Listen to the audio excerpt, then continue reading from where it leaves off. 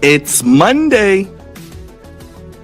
What better way to start your week than with the Flex podcast and kicking your Black History Month off with our Sports and Blackness series. And we're doing it for the ladies tonight, ladies to the front, as we have one of the first ladies of the flock joining us for the first time. We are very, very excited. A very illustrious guest. Who is that? You'll find out momentarily, but I think you may have a good idea if you pay attention to what we do here. It's the Flex Zone, episode 476. The Super Bowl is days away. Do we care here in Baltimore? But we'll talk about it either way. Of course, Blockbuster trade. We're going to get into that. Got some Lakers fans. What are the Mavericks doing? And a fox is headed to join a certain Frenchman in San Antonio. It's the Flex Zone, episode 476. Of course, we got Cavante's Goofies. We're going to talk about those Grammys. We're going to recap the weekend that was Royal Rumble, and of course, look ahead, give our picks for the Super Bowl, and how do we see the big game playing out. Of course, home with the home teams, with the Ravens, a lot to get into, and we're going to talk all about it. NFL honors this week, MV3 on the way.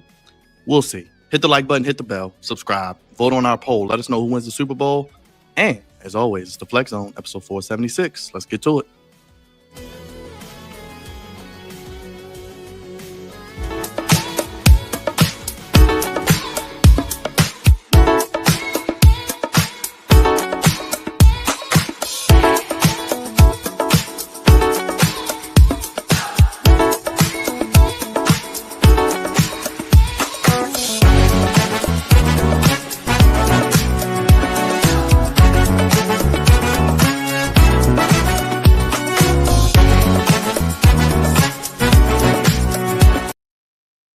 More exciting than the goofiness that is the Grammy Awards that happened this past Sunday. And remember, don't leave home without it. Raj, I'm sure you'll get that joke. But episode 476, keeping it lit. Episode is brought to you by the Flex On Podcast. Only place, fellas, giving you sports how you want it, when you need it. Mondays never felt so good. Getting you ready for the Super Bowl, talking about those Ravens, looking ahead to the NBA trade deadline, and looking back at the blockbuster trades of the weekend. I see everybody filing in. Make sure y'all hit that like button, hit the subscribe button, hit the bell. God's favorite host, Flex on One on all social media, Twitter, Instagram, Facebook, TikTok, and the email, theflexon1@gmail.com. Throw your ones up, and acknowledge the head of the sports podcast table as we bring you sports content each and every day as well. Yours truly, God's favorite host, and starting things off is our social media producer, the man who makes the streams pristine. And I'm sure, even though it's the Super Bowl, he will be eating meat at somebody's establishment. No bread, no water, just me. That's one big son of a bitch! Finish him, Daddy. Finger licking good special. That's what I'm talking about. Big Raj, how you feeling? Feeling good, man. Got an illustrious guest. Can't wait to talk to her. It's going to be a great show. It's going to be a great show tonight. You know, I'm feeling good. Feeling really good. Back to his normal position, but he's always a main eventer in our book. And tonight, for the second straight time, Cravante, it's not everybody beats the Wiz. Come on now, say it with me. Everybody beats the Wiz. Can you believe miracles do happen? The Washington Wizards have won 2 games in a row. Those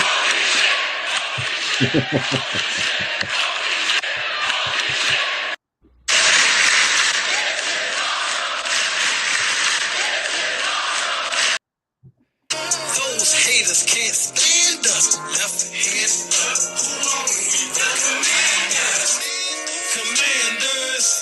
Commanders. We fight for RDC. Who are we? The Commanders. Stupid. Just stupid. Jam. Oh, jam. Well, now that's goofy. Cravante, Y'all always showing off in front of company. I don't know why we always do this. Always showing off. My gosh. How you going to put the Wizards in there? You find a way to sneak the Wizards in there, man. Ain't nobody, we don't even care about basketball season until yesterday. Yeah. I don't even know what their record is. I know they ain't got 10 wins yet. I know they ain't got 10. They got 8 wins. Now it's 8 wins. But you know what I'm happy about though? They got me some of that Papa John's pizza, baby. Whatever benefits y'all. Look at all the sparkles. I had me a nice Philly cheesesteak pizza yesterday because that's the closest that Philadelphia gonna have to this Super Bowl. I'm telling you. Yeah, we ain't gonna be able to get nothing, man, because the Wizards ain't making 115 points. There's no Ravens, there's no Orioles, there's no Commanders, there's no Nationals. There's nothing. We can't get 50% off pizza until one of them shows up. It's all good. And I also want our guests to know that I never approve of the Commander song. I do not like. Yes, you do. I don't. Yes, you do. He loves the song. He loves it. We're winning, so I tolerate it, but I do not approve whatsoever. But we here. I'm ready to get this thing started, man. Let's kick this thing off. Last but not least, the dean of Boston High University, Lamar Jackson's #1 fan. He is the co-founder, Pride of the East Side, Savior Misbehavior, Mr. Morgan State University, the super producer, the one and only Drizzy Dre. What's up, brother? Fatu, the Samoan werewolf. I love you solo. Acknowledge me. Good, blessed and highly favored, man. Like I said, I had a nice Papa John's pizza yesterday. You know what? I mean, I know it's early, but I'm rooting for the Chiefs because I got a lot of bets on the line this weekend. So I need them to come through. Hold up. So you root for the Chiefs, but you want the Eagles to win? No. I want the Chiefs to win because I have like I said, I got some things on deck. So I need them to win so that way I win. When they win, I win. Oh, look, okay. I learned from Roman Reigns. you go with the person who keeps winning. Okay. Oh man. Well, there's Dre's stamp of approval, but this guest, like we mentioned, needs no stamp of approval. She is an illustrious guest walking through the Fleck Zone Forbidden Door. I'm calling her the first lady of the flock. Hopefully she can run with the nickname. You can check her channel out on YouTube, Ravens Talk with Yolanda, breaking it all down. She gives you the truth. She breaks down the Ravens. She's got the law background, an actual trial lawyer. So she's the perfect person to have to talk about these things going on with our Baltimore Ravens. Of course, Dre, she's a member of the Divine Nine, first and finest, a wonderful lady of Alpha Kappa Alpha. Can't forget about that as well. Joining us for the first time, hopefully not the last, Flex Zone family. Everybody in the chat, put your hands together. Show some love for our illustrious guest, the wonderful Miss Yolanda from Ravens Talk. Yolanda, put your hands together, everybody. She's in the building. Bring her up. Miss Yolanda, what's going on? Oh, thank you, gentlemen. Thank you so much. Gosh, I don't even know what to say. I'm almost speechless, and that's very, very unusual. Thank you very much for having me. All right, I see the pink and green, pretty love over there. Yes, you already know. Always. We do our research on the Flex Zone, Miss Yolanda. We appreciate you again. We got to let you know we appreciate you and so happy you're here. Oh, my pleasure. I'm so excited to be here. Thank you very much for inviting me. Let's get straight to it because your time is valuable and we don't want to get charged like those lawyers be charging their clients. So with that being said, can the people who don't know who you are, if they've been under a rock, let them know who you are, what you do, and anything else that people need to know about what you do over there, covering the Ravens and whatever fun facts the people need to know about you. Sure. My name is Yolanda, and you can find me right here on YouTube at Ravens Talk with Yolanda, where I produce weekly content giving you a real, honest, at least my perspective of what's going on with all things Baltimore Ravens. So, yeah. Whew, fellas. Raj, you want to lead things off? I'll let you go ahead and start because I know we got a lot to get into. I'll let you start it off, Raj. All right. I've been waiting to talk to you for a good while. I watch you and Hendo from time to time. You know, I be in the chat. Hendo's hilarious, by the way. I know you got to keep him under a leash sometimes because he go a little overboard, especially when it comes to Dafe Owe. But my question is this: How did you get into being a Ravens content creator? Like where did that idea come from? Uh, you just mentioned it. You just gave the answer away. It came from Hendo, really.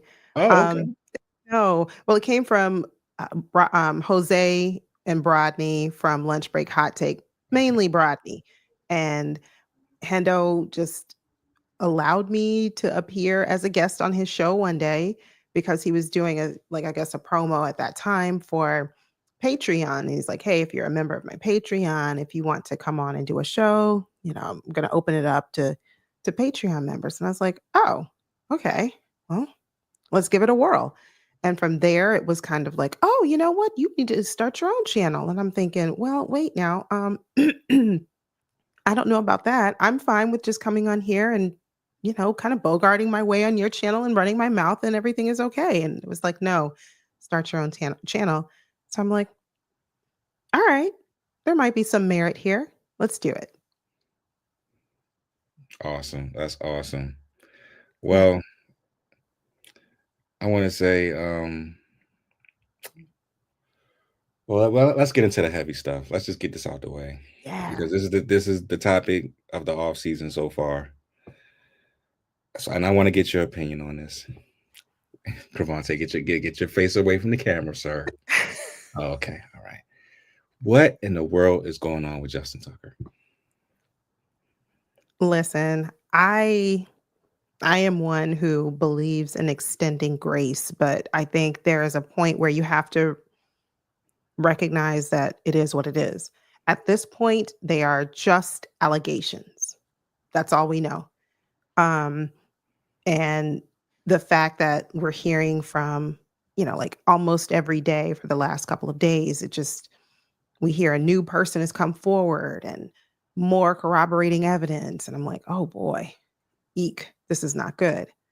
But I'm more concerned about why we haven't heard anything from the Ravens. Why hasn't there been an official statement issued? I get it, right? They've got to do an internal investigation, and that's fine. But I mean, I want to know, how long did you know about this? According to kind of reports, it's like this has been going on for years. This is not just something that happened over the span of like this season. This is something that's been going on for well over a decade. If that be true, wait a minute. Who knew about this? If it's John Harbaugh, EDC, that front office, I want heads to roll because they have a zero tolerance policy. And we got to keep the same energy, right? When Deshaun Watson was in the media and in the news, oh, we had so much to say. Oh, that's horrible. He just needs to be suspended. They need to revoke his NFL card. Well, all right. What are we saying about Justin? Are we giving him a pass? Because we sure aren't hearing anything about it. Last thing I'll say, I know the NFL is going to launch an investigation. I get it. That's protocol. But I don't want this to be swept under the rug. I don't want this to just be kind of like, oh, we're not really going to talk too much about this. Like, we see the elephant in the room, but let's just kind of pretend that we don't see it because he's Justin Tucker. So that's kind of where I stand with it. Okay. Dre? I hate to bring race into this. Oh, go ahead. Go ahead, Cravante. We saw you looking at it. Go ahead. I hate to bring race into this because you know how they say race isn't and everything. BS. But how much are we factoring in this? Because I know, okay, because this is like kind of like things with society. You know what I'm saying? These are things that's going on in society. But when we're dealing with the law, how do you sift through this? I don't really know, honestly, because everything is so hush hush. Well, how they're through it. Everything is so tight-lipped. NFL has not released a statement indicating they're going to launch an investigation. We've not heard anything from the Ravens saying they're going to do their own internal investigation. So I don't know. I don't know what the next step is, but my only concern is, if these allegations are true, then what's next? If these allegations are false, that's a very steep hurdle for Justin Tucker to overcome. Not saying he couldn't and get his head back in the game, but um, so I to answer that question, I don't know because everything is kind of kept under wraps for right now. So, and I got a follow up. Is there, outside of like the backlash of like public opinion, what are some consequences that the Ravens could face with this situation? Ooh, consequences are many. Like we saw with Deshaun Watson, it could be suspension. It could be, they could. I mean, it can even be an indefinite suspension. But I don't think that. I don't know. I don't know. I haven't been following the NFL long enough to know kind of like what's their trend when there is misconduct by players, especially that can have criminal consequences. So I don't know. But at first glance, I'm thinking ownership needs to be responsible if they had knowledge and if they kind of wanted to turn the other cheek or let's not make this a thing, then there needs to be some definite consequences to follow for them. So if it means what I'm sure some people want to hear, John Harbaugh is gone now because he knew about it. And because I've seen it on social media, like, oh, John Harbaugh, EDC, they knew about this. They need to be fired.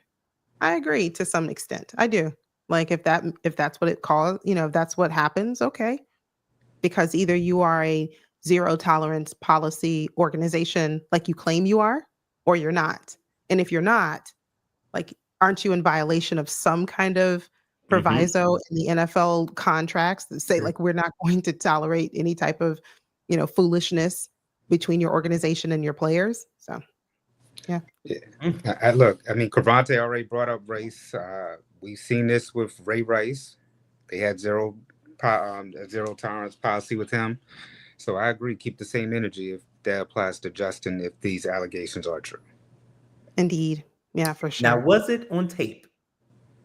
That's the only difference. That's the only difference. These are questions that none of us will probably have answers to. And even like with the whole Deshaun Watson, it was just allegation. We're doing an investigation. And then shortly thereafter, we learned, okay, he's going to be suspended for however many games he was suspended for his first year in Cleveland. And that was it. We didn't hear much else. So we just had to kind of infer on our own that, oh, okay, well, there was some merit to those allegations along the way. And whatever they did, however they decided to deal with it, I think there were a couple of settlements that happened and then a suspension. And he was able to play right after, he served his suspension. So now moving forward, does this mean that the Ravens need to look into the draft for a new kicker? Or what do you think the Ravens should do moving forward? And Justin, what's missing kicks?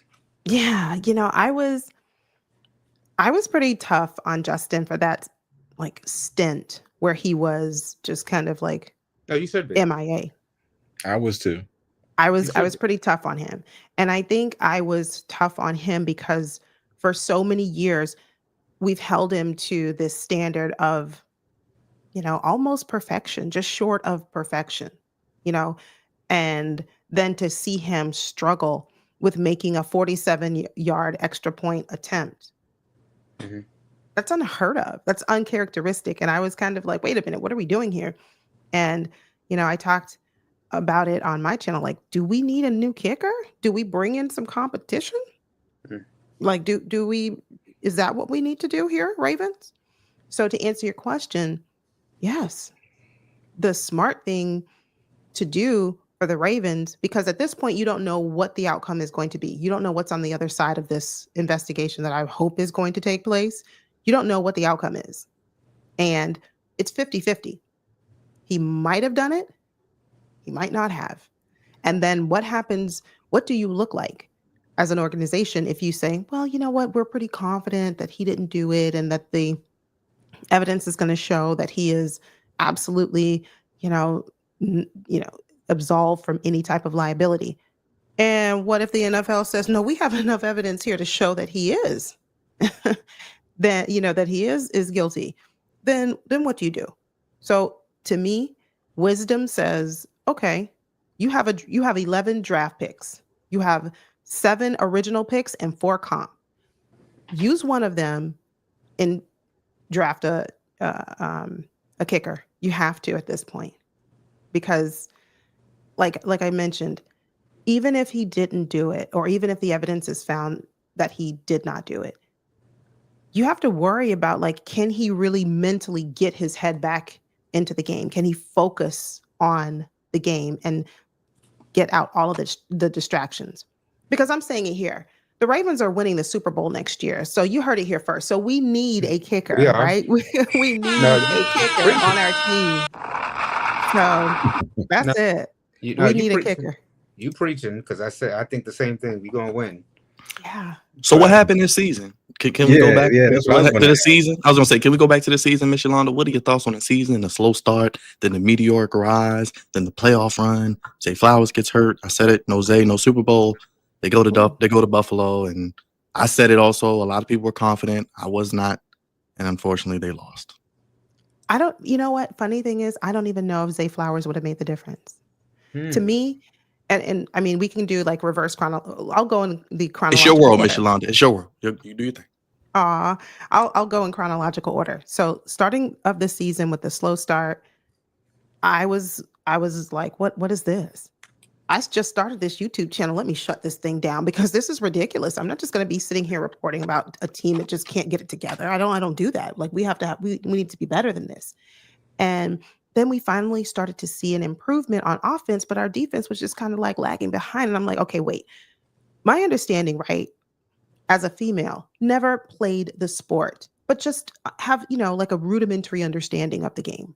You need to be able to have complementary football being played for 4 quarters, not just your offense being way up here and your defense being way down there. That's usually not how it works if you're talking about winning any stretch of games anyway.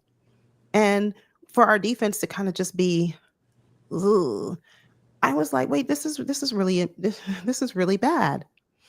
And I was more upset with our defense because I know Zach Orr is a first-year defensive coordinator. I get it. And we have to be mindful of that. But to me, all of those issues and the personnel, figuring out how to best utilize players and what their skill sets are to maximize them, that had already been done largely by Mike McDonald, especially because we were bringing in the same players 85% on defense, with the exception of 4 players that left. Everybody else remained intact. And then we also, obviously, we drafted, Nate Wiggins. But our core was still the same. So why were we not being able to be effective early in the season? It still baffles me. But as the season progressed, I started to see something that was concerning. Every game, I wondered, what type of offense are we going to get today? And the inconsistency is what had me concerned. But I bought into the hype. I'm like, don't worry about it, Yolanda. We got Derrick Henry. We're going to be all right. But in the back of my mind, I wondered, when you get to the postseason, you don't have that chance to have an off day. You don't get to have that chance. So how we ended our season, fast forward to the end, I thought we really could lose to Buffalo. Although I just in the, that was in the back of my mind, but I kept telling myself, we haven't lost a game since the Eagles before the bye. We're all right. We're going to be all right. But I think that game was lost. And of course, you mentioned Zay Flowers, but I think that game was lost to me. We did not win the turnover battle. They didn't make any mistakes. We did. Number 2, we could not get any pressure on Josh Allen. We could not force Josh Allen to make a mistake. And when the other team is able to capitalize on your mistakes, and you're not able to like answer in kind and get them to make some mistakes as well, we lost by 2 points. And I was heartbroken, and I still am. But like I said before, let's go get us a kicker in this draft because we're winning the Super Bowl next year. Oh, speaking of kickers, I gotta circle back to Justin and ask you. They hate that I ask this question on the show, but I must ask. Do you believe it was the Royal Farms chicken that caused him to miss some kicks? You know, funny enough. Licking good special. I told you they would hate me for that question. Funny enough, I don't watch television. I've never even seen a commercial. I do not watch television. You're not missing nothing. Wait a minute. Have you had the chicken? I follow a plant-based diet, so okay, good. I do not. Good. Also, not missing anything. Yeah, so no, that's a no for me. But I don't watch television except obviously I watch sports. Go Orlando Magic. One time for my home team. Go Orlando. Go Magic. But I know, right? We're not doing that. That's totally inappropriate because the Magic. No, you're fine because I'm going to circle back to the Atlanta. I'm going to circle back to the just so irrelevant. So Other than that one player, Paolo. Who do we have? Oh, Bankero. You got the Wagner boys. No, but he got hurt because I had you guys. Yeah, it's a lot of injuries this year, Michigan. A lot of injuries, but last year we didn't have as many injuries. We still didn't do nothing. I had y'all going to the conference finals, but here's a good question. So, if you're Orlando Magic fan, how'd you become a Ravens fan? Great question. So you guys are asking all the awesome questions tonight. This is great. I am from Orlando, and a decade ago, now gosh, this year it's 10 years. I moved here to the Baltimore area. And in Orlando, we don't have a football team, an NFL team. So we have, an hour away from us, we have Tampa. 2.5 hours, we have Jacksonville, and 3.5 hours. Oh, don't go to Jacksonville. No. We don't want Jacksonville. No. My mom is born and raised in Jacksonville, so I'm a little partial. I don't love Jacksonville, but that's my mom. We hate the management in Jacksonville. We'll leave it. I'll agree to that. I will agree. All right, we all can agree on that. Yeah, we love the people, beautiful people out there. Yes, but so growing up, I grew up with a house full of brothers, my dad, and that's what they did. They watched football, they watched basketball, and I didn't really have a team per se because it was just whoever was showing, whether it was Tampa, Jacksonville, Miami, whoever was playing that day. That's what we were watching. But then I moved up here. And like I said, I always enjoyed football, liked the game, but never really like, oh, this is my team. This is my team.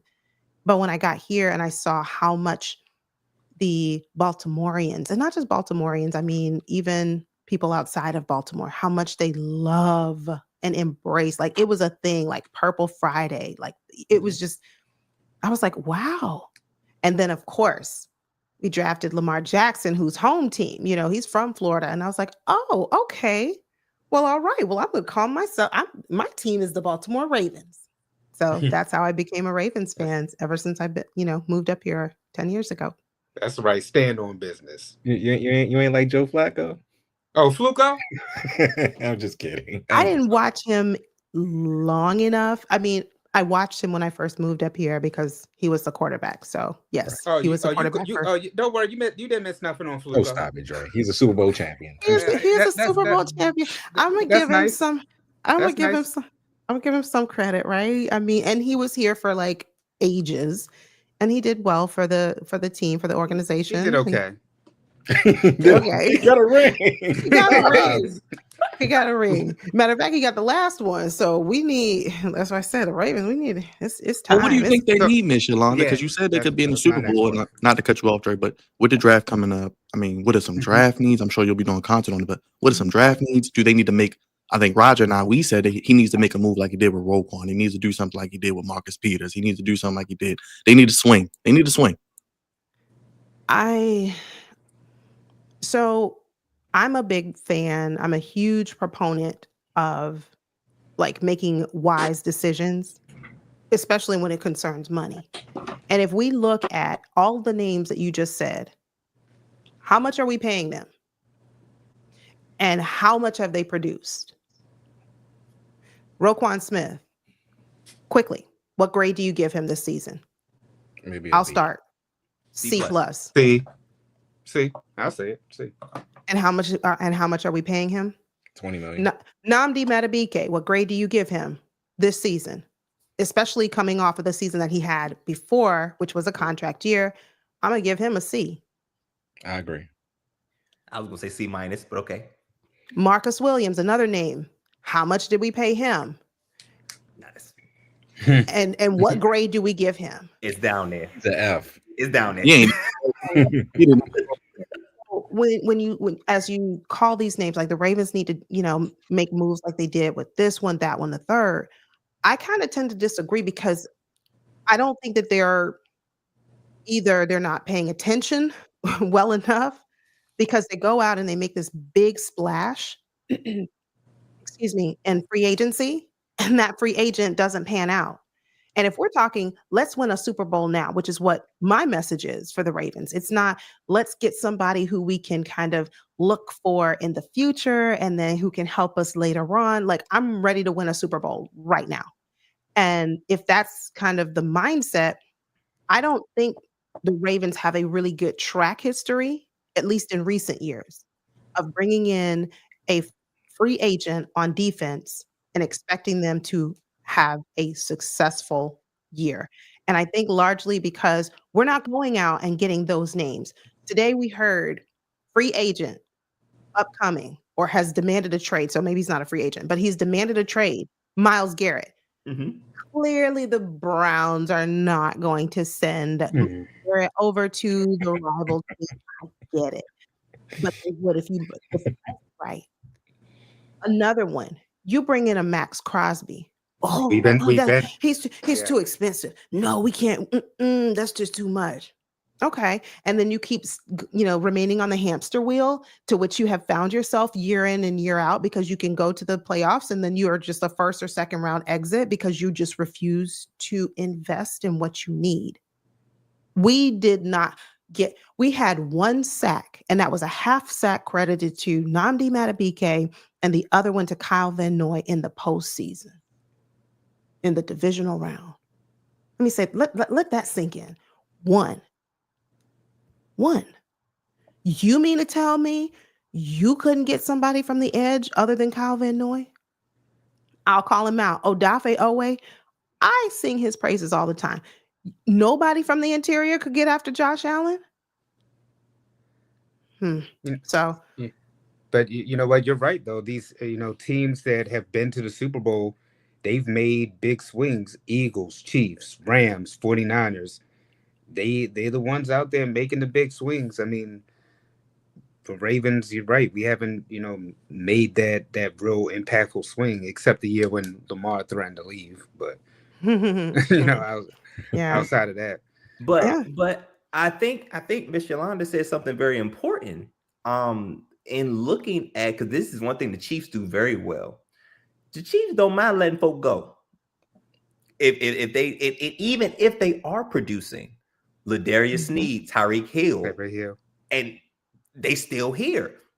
So I'm not saying, you got to let Roquan or any of these guys go, but these contracts need to be restructured to be able to go after, a player here and there, because the Ravens aren't far away. They're a player or two away. You know what I'm saying? And we joke, Miss Yolanda, we joke all the time by saying that the Ravens have coupon books. They got Burger King coupons because they not overspending for nobody. You know what I'm saying? Or overpaying anybody. You know what I'm saying? Like they'll let folk go, but folks they need. But the Eagles and the Chiefs are two very good examples of what you need to do to compete for a Super Bowl. You got to take big swings, and you got to be willing to let some folk go because they're either making too much money or they're demanding, too much money. So it's a healthy medium that the Ravens are still trying to figure out. Yeah, for sure. And that's why the Chiefs and now the Eagles are where we want to be, because you have to make that investment. So I think the Ravens really need, and I stand by what I say. They need a big body wide receiver. I know size is not a skill. I get it. Mhm. But when the pocket is collapsing, play is breaking down, O-line can't hold up. Who do you have out there to go up and get that 50-50 ball? Name one player on the Ravens roster who can do it right now, who you guarantee, not who can do it. Likely. Oh, wide receiver. No, likely ain't a At big wide body, receiver. bro. He is At not, wide he receiver. is not a big body like that. We don't have one. The only person Oh. the only person we got that's a big body would be He Andrews. just said the same thing I said. What's up, Engraven? Engraven. No, I don't think likely is a big body. I think Andrews would be the big body, but old Butterfingers over there, he ain't reliable. Right. And that's what I'm saying. What wide receiver, that one position, what wide receiver do the Ravens currently have on this roster who at any minute can bail Lamar Jackson out and it not be I don't know, let me hold my breath on that one because this might not go the way I want it. Ooh. And they could draft one. They could draft one. No, they can't. Oh, it ain't none this year, Dre. Ain't none this year. No, this is not. This year. Quarterback, and wide receivers is not this draft. It's down this year. But even I'm looking even in next year's draft. Your boy, I told you who I like from the Ohio State. I think he would be a good good person. But the Ravens ain't gonna go up and trade for him or nothing. I personally don't want a rookie in that big of a moment. I don't mind a complimentary piece at wide receiver, but if I'm talking about what is one player who I know we sign him today, he produces tomorrow, that means they have a proven history because they have they have a nice resume that they've developed over the years. Where do we have that type of player at wide receiver? We don't. So that's what I think the Ravens need to focus on, not rely on picking someone up in the draft, because for as wonderful as a person might be in college, they might be the stud of their team, but they come to the NFL and this is a totally different beast. You don't know how a player is going to be when they make it to the NFL. We've hit on some really good ones. Like, wow, we drafted Tyler Linderbaum. And even Tyler can mess up a snap or two every now and again, but like Tyler Linderbaum, I like him. But not everybody is going to be that way.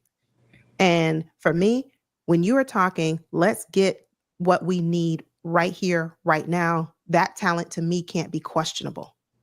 That talent needs to be definitive. And the only way that you do that is you go out in free agency and you give up some of the draft capital. That's what you're going to have to do. What wide receiver do you think that they should go after then? I mean, today we heard Cooper Kupp.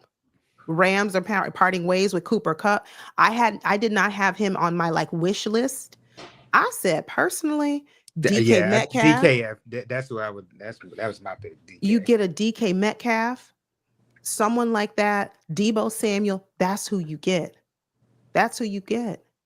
And you know that, listen, Lamar, don't you worry about it. If they double team, I got it. Not a problem. I got it. That's what I think is an excellent compliment to Zay Flowers, who is very fast. He's, he can take your ankles along the way with him. He can do that. No problem. But where's that one player Lamar can 100% trust at wide receiver to make a play? How do you feel about Tyreek Hill? He's talking about being traded. Tyreek Hill is just a little bit bigger version of Zay Flowers to me. So if you're bringing in someone who's very, very similar to Zay Flowers, do we really need that? That's not to say that Tyreek Hill and Zay Flowers are on the same level. They're not. They're not. Bringing all them kids too. He bringing all them children to.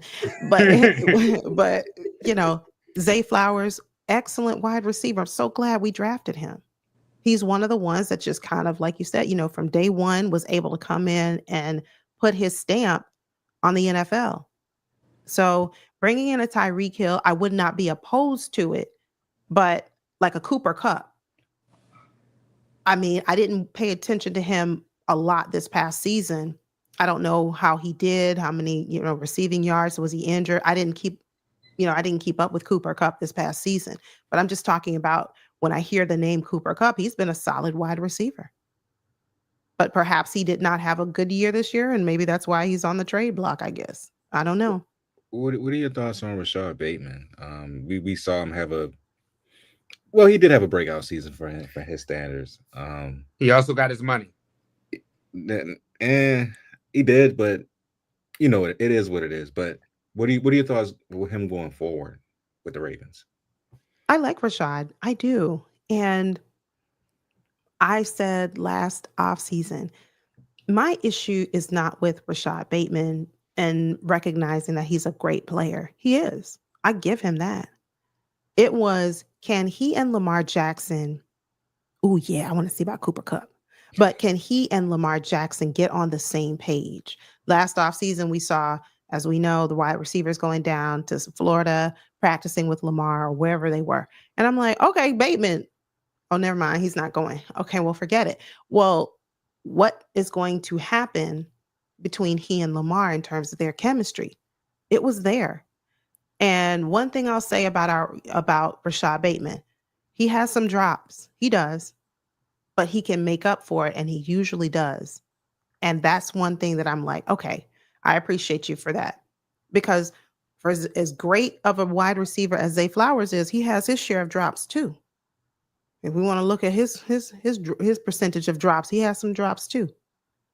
But I like Rashad Bateman, and it was really nice to see that he and Lamar Jackson were able to kind of, get in sync this past season. So good for him. What needs do you feel the Ravens need besides wide receiver? They need a complimentary dog on edge to go alongside my guy, double-digit Odafe Owe. They need Myles Garrett.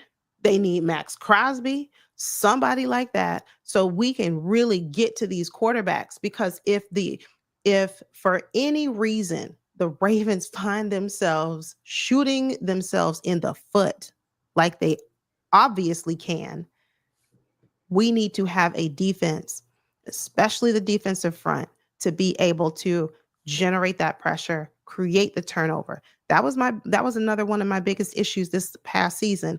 Other than Marlon Humphrey, who did you know? What name can you tell me right now on this defense that was known to create a turnover? I can't tell you. I can't Well, either. maybe Kyle Hamilton. I was going to say Kyle Hamilton. He's a playmaker, but not really a turnover guy. He wasn't a turnover. Bingo. Not a turnover. I want the turnover machine. That's what I'm looking for. Kyle Hamilton is that. He is a playmaker. But where's the turnover machine? Mm-hmm. Like what we had in Marcus Peters. He was going to punch that ball out. Where is that player? Who's going to force some fumbles? Where's that player? Yeah, we've been missing that player. That's the kind of player we need. I definitely agree with that. But those are needs that we said here on the show time and time again: wide receiver and pass rush. Mm-hmm. But we've been saying that for years though about this team. Does John Harbaugh sign an extension? He better not. I would be real upset if he does. Because I'm gonna be mad. Don't worry, they're gonna go down to Florida, Miss Yolanda, and it's gonna come out. Wait till that Florida trip. All that stuff's gonna come out. They're going down there soon. They can't. He better not. I just. Because if we want to talk about NFL being a not for long league, right? And you talk about in terms of the players, what have you done recently? What have you done this past season? Well, I want to know, does that extend to the coaches? Because I don't want to just be relevant. I don't want to just be a part of a conversation like, oh man, Ravens, we are a super good team during the regular season. We have some great talent for, on this roster, and we are doing just fine when it comes to, regular season. But boy, I don't want to hear that next year. I don't know if I can take it. I know Hendo can't. I know Raj can't take it. I need to see something different. I can't just sit here and make content knowing that, like, we just keep shooting ourselves in the foot. Like, at what point do we say, all right, something needs to change? So something needs to change. Do you think Harbaugh needs to change then? Do you think he needs to get out of here? We need a new voice? Yeah, I don't think Harbaugh needs to change. I just think he needs to go. That's what I think. I think Harbaugh needs to go. I do. Oh, I'm sorry. Like, oh no, it's okay. I was going to say, like, you look at like Andy Reid. Even though Andy Reid, because people are saying we need a young coach, and I agree to that, to a certain degree. We need somebody who's younger and has a younger perspective, a fresh perspective, and I agree to that, to a certain degree. But you look at Andy Reid, he's no spring chicken, but guess what? He has his team prepared every year, every year. So if John Harbaugh can't get this team ready, prepared, then he needs to go. And he's shown that he can't do that. So Yeah, because I feel so bad for Lamar. It's like we're right there. Like we should have beat the Bills. We should have did things differently against the Chiefs. It's like we're right there, and then it's just so frustrating to see this team not punch it and get there. Yeah, when the talent is there, we have the second best quarterback right now in the league. A lot of our counterparts might say Josh, but nah, it's Lamar. I mean, Josh is cool. Josh is cool. Josh who? Oops. I'm just saying, Josh who? Our counterparts might say Joe Josh Burrow, Josh Allen. Yeah, Josh Allen. They always try to put them Birds, I'll give Joe Burrow. I will. He's that guy. I'm mad just at hate myself him, right? because I like just hate him. him.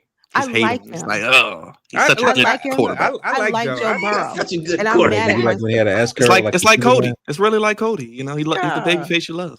I'm mad at myself that I like him, but I do. I like Joe Burrow. I'm mad that he's our enemy. But hey, it is what it is. Josh. Well, because now the whole narrative is Lamar is 0-2 in the playoffs against him, even though Lamar has 2 MVPs, possibly a third MVP over him. They still try to say that Josh is better. Okay. And what is Josh in the playoffs against Pat Mahomes? Hey, look, I'm with you. 0-4. I thought it was 0-5, but we'll go with 0-5. No, don't worry. It will be 0-5. It'll be 0-5. Don't worry. Well, it won't be 0-5 next year. Well, it could be 0-5 next year if they play each other in the first round, but they're not making it beyond that because we're going to make sure that doesn't happen. But yeah. Oh, I have my last question. How do you want Ronnie Stanley back? Ooh. Okay. I do. Cravante. Yeah. I know y'all was sliding him. Here's where I stand with Ronnie Stanley. When you have Lamar Jackson and talking about his blind side, if you do not have Ronnie Stanley, who do you have? I'm not personally comfortable with, bringing rookies in this, drafting players, rookies, and entrusting them to protect Lamar Jackson. It's tough to left tackle. Coming from college, it was tough, man. I'm not comfortable with that. You saw this past year where we had a 75%, maybe 80% O-line that was new, young, either first year playing at that position or first year playing in the NFL, period. And were we not all concerned every time Lamar was out there on that field, like, oh, Lord, first, what is going on? I'm just not comfortable. So to answer the question, do I want Ronnie Stanley back? I'm gonna give you the lawyer answer. It depends. If the answer is we have a veteran option at left tackle and they, from my understanding, just are not out there growing on trees, they're very hard to come by, especially a good caliber, Pro Bowl type, left tackle. If we don't have an option out there that we can say, we know we're bringing in this particular left tackle, then yes, we need to bring Ronnie Stanley back. I see you on your LeBron. You said no rookies, all vets. I'm not going to say no rookies. I'm gonna say if you want to draft one later in the draft, go ahead. And if that player has some potential, and if we are, up 55-2, or bring that rotational piece, that rookie in, get him some NFL snaps. I'm okay with that. But the primary load, needs to go to a veteran. Hey, look, But not mad I at you. think she means at key positions. Yes. Rookies at key positions. Look, It's look, like, like I said, I'm not mad at her on her LeBron. No YNs. She's saying Ah! no YNs. Yeah. I don't know. I just Are you cool with Rosengarten moving to left? Because that's the rumor. Rosengarten on the left, because McCarry's a free agent too, so it'll be Rosengarten and Voorhees potentially. Voorhees. Yeah, I know. Raj, I'm surprised you haven't asked about your boy Ben Cleveland, man. He gone. He's gone. He is not so coming back. gone. He needs to be. He needs not to be coming gone, back. man. He is treated so bad. He wasn't he the one a couple of years ago that could not pass John Harbaugh's fitness test? Wasn't that him? I believe so. I'm pretty sure that was Ben Cleveland like 3 years ago, something like that. Let us know in the chat. Did I have that right? I'm pretty sure it's Ben Cleveland who was the one that was just kind of lagging behind. And I think John Harbaugh got mad, and that's what I think it is. But I don't know. But no, I'm not comfortable having an inexperienced O-line. Hey there. What do you think about Lamar going into year 3 with Todd Monken when we signed the extension? This offense could be potentially even better, Miss Yolanda. And real quick, Chuck Pagano on the defensive side as well with the new coaching moves. Yeah. Oh, good. We need him. In terms of the offense, I'm happy. I'm glad we brought him back because I'm glad we extended Todd Monken because we need that consistency. However, to whom much is given, much is required. So I'm big on accountability. I'm huge on accountability. So to me, I don't just, jump up and down, scream, yes, we got him back. Woohoo, everything's going to be fine. We're Super Bowl champions next year. Why? Because we extended Todd Monken. No, we need to clean up a few things. Offensive penalties. Mm-hmm. So going into year 3, we're seeing, from year 1 to year 2, we were still seeing a pattern of things that I did not like under Todd Monken's leadership. So number 1, I'm happy that we extended him, but in year 3, I'm looking for him to, number 1, clean up those offensive penalties. Number 2, clean up the fumbles. Number 3, make sure that you are using your players and dialing up the right plays. Like that 2-point conversion. Why do we keep throwing the ball to Mark Andrews? It's not working. Do something else. So these are a few things that I had on my he needs to fix this list for Todd Monken. But overall, very excited that he's back. Do we trade Mark Andrews?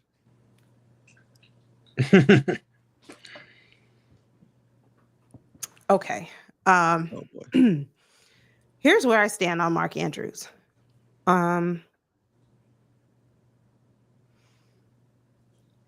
I would only consider trading Mark if what we are getting is that one piece that we need. We talked about bringing in that big body wide receiver, that complement, who is proven, absolutely proven. That would be the only reason I say yes. But that being said, again, I'm big on accountability. Mark Andrews needs to show up in the postseason. Mm-hmm. Mark Andrews needs to show up when we play against the Steelers. He just got his first touchdown of his career against the Steelers a few weeks ago. So I'm not wanting to trade Mark, but I would not be opposed to it. I would entertain trade ideas and possibilities. Look, you seen the Lakers, they traded AD for Luka. So sometimes you just gotta part ways. That's a win for the Lakers. I was just about to ask. Let us know in the chat, and everyone, I want to hear from you. Who got the better deal out of that trade? Was it Lakers? Oh, we did. Laker Nation. We got the better deal. Not even close. Laker Nation. Mavericks for now. This year, the Mavericks. Exactly. That's what I think. This year, if you look at this window, I think Dallas got the better of the deal. Mm-hmm. Yeah, this year, but I mean, look, we still don't know what the Lakers are going to do. They could still make some moves before the trade deadline. They got 3 more days. Yeah. Look. One thing I know about Laker Nation, and you, Roger, you're a part of it. I am. We make moves. We make money moves over here. No, well, not all the time. Not all the time. Hey, we got 16 and counting.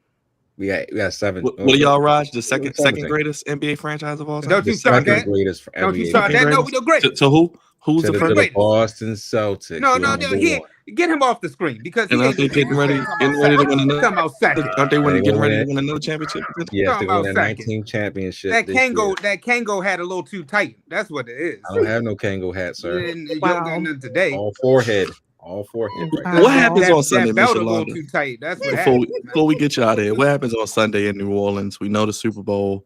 We don't care about it, but do we see the three-peat or do the Eagles get it done with Saquon and his magical season? Again, I'm going to give you the lawyer answer. It depends. It depends on if the NFL is scripted and they want to see Taylor Swift and the refs. Oh, and by the way, the Chiefs go ahead and have a three-peat. It depends. Do I think the Eagles can do it? Of course they can. I think the Eagles have shown enough. I'm not all that believing in Jalen Hurts, but all he needs to do is manage the game. That's all he needs to do. Don't commit turnovers and manage the game. That's it. And that's more than enough to beat the Chiefs. Will they do it? I don't know. No. It's okay. Stand on business. You know they're not going to do it. We all know it. We all know they're going through. They're going to do it. I'm going to wear green. My other color is green, so I have plenty of green in the house. I'm going to put on something green. Wait a minute. Now, let's not confuse the people. AKA green and Eagles green is totally different. Don't do that. I only have AKA green. So don't do that. It'll just be green. It won't be that dark, like forest hunter green that they wear. This the closest thing the Eagles going to do, baby. It's going to be. When they're going to be drinking on water on the sideline, Drake, because Patty Mahomes and them going to be running them around all day. They're going to be tired. I don't care what they drinking on the sideline. I know I'm going to have my cup full. Me and my brother down there, Cravante, it's going to be time to go for our cups. I think the Eagles can get it done. I do. I think the Eagles can get it done. They have an amazing defense.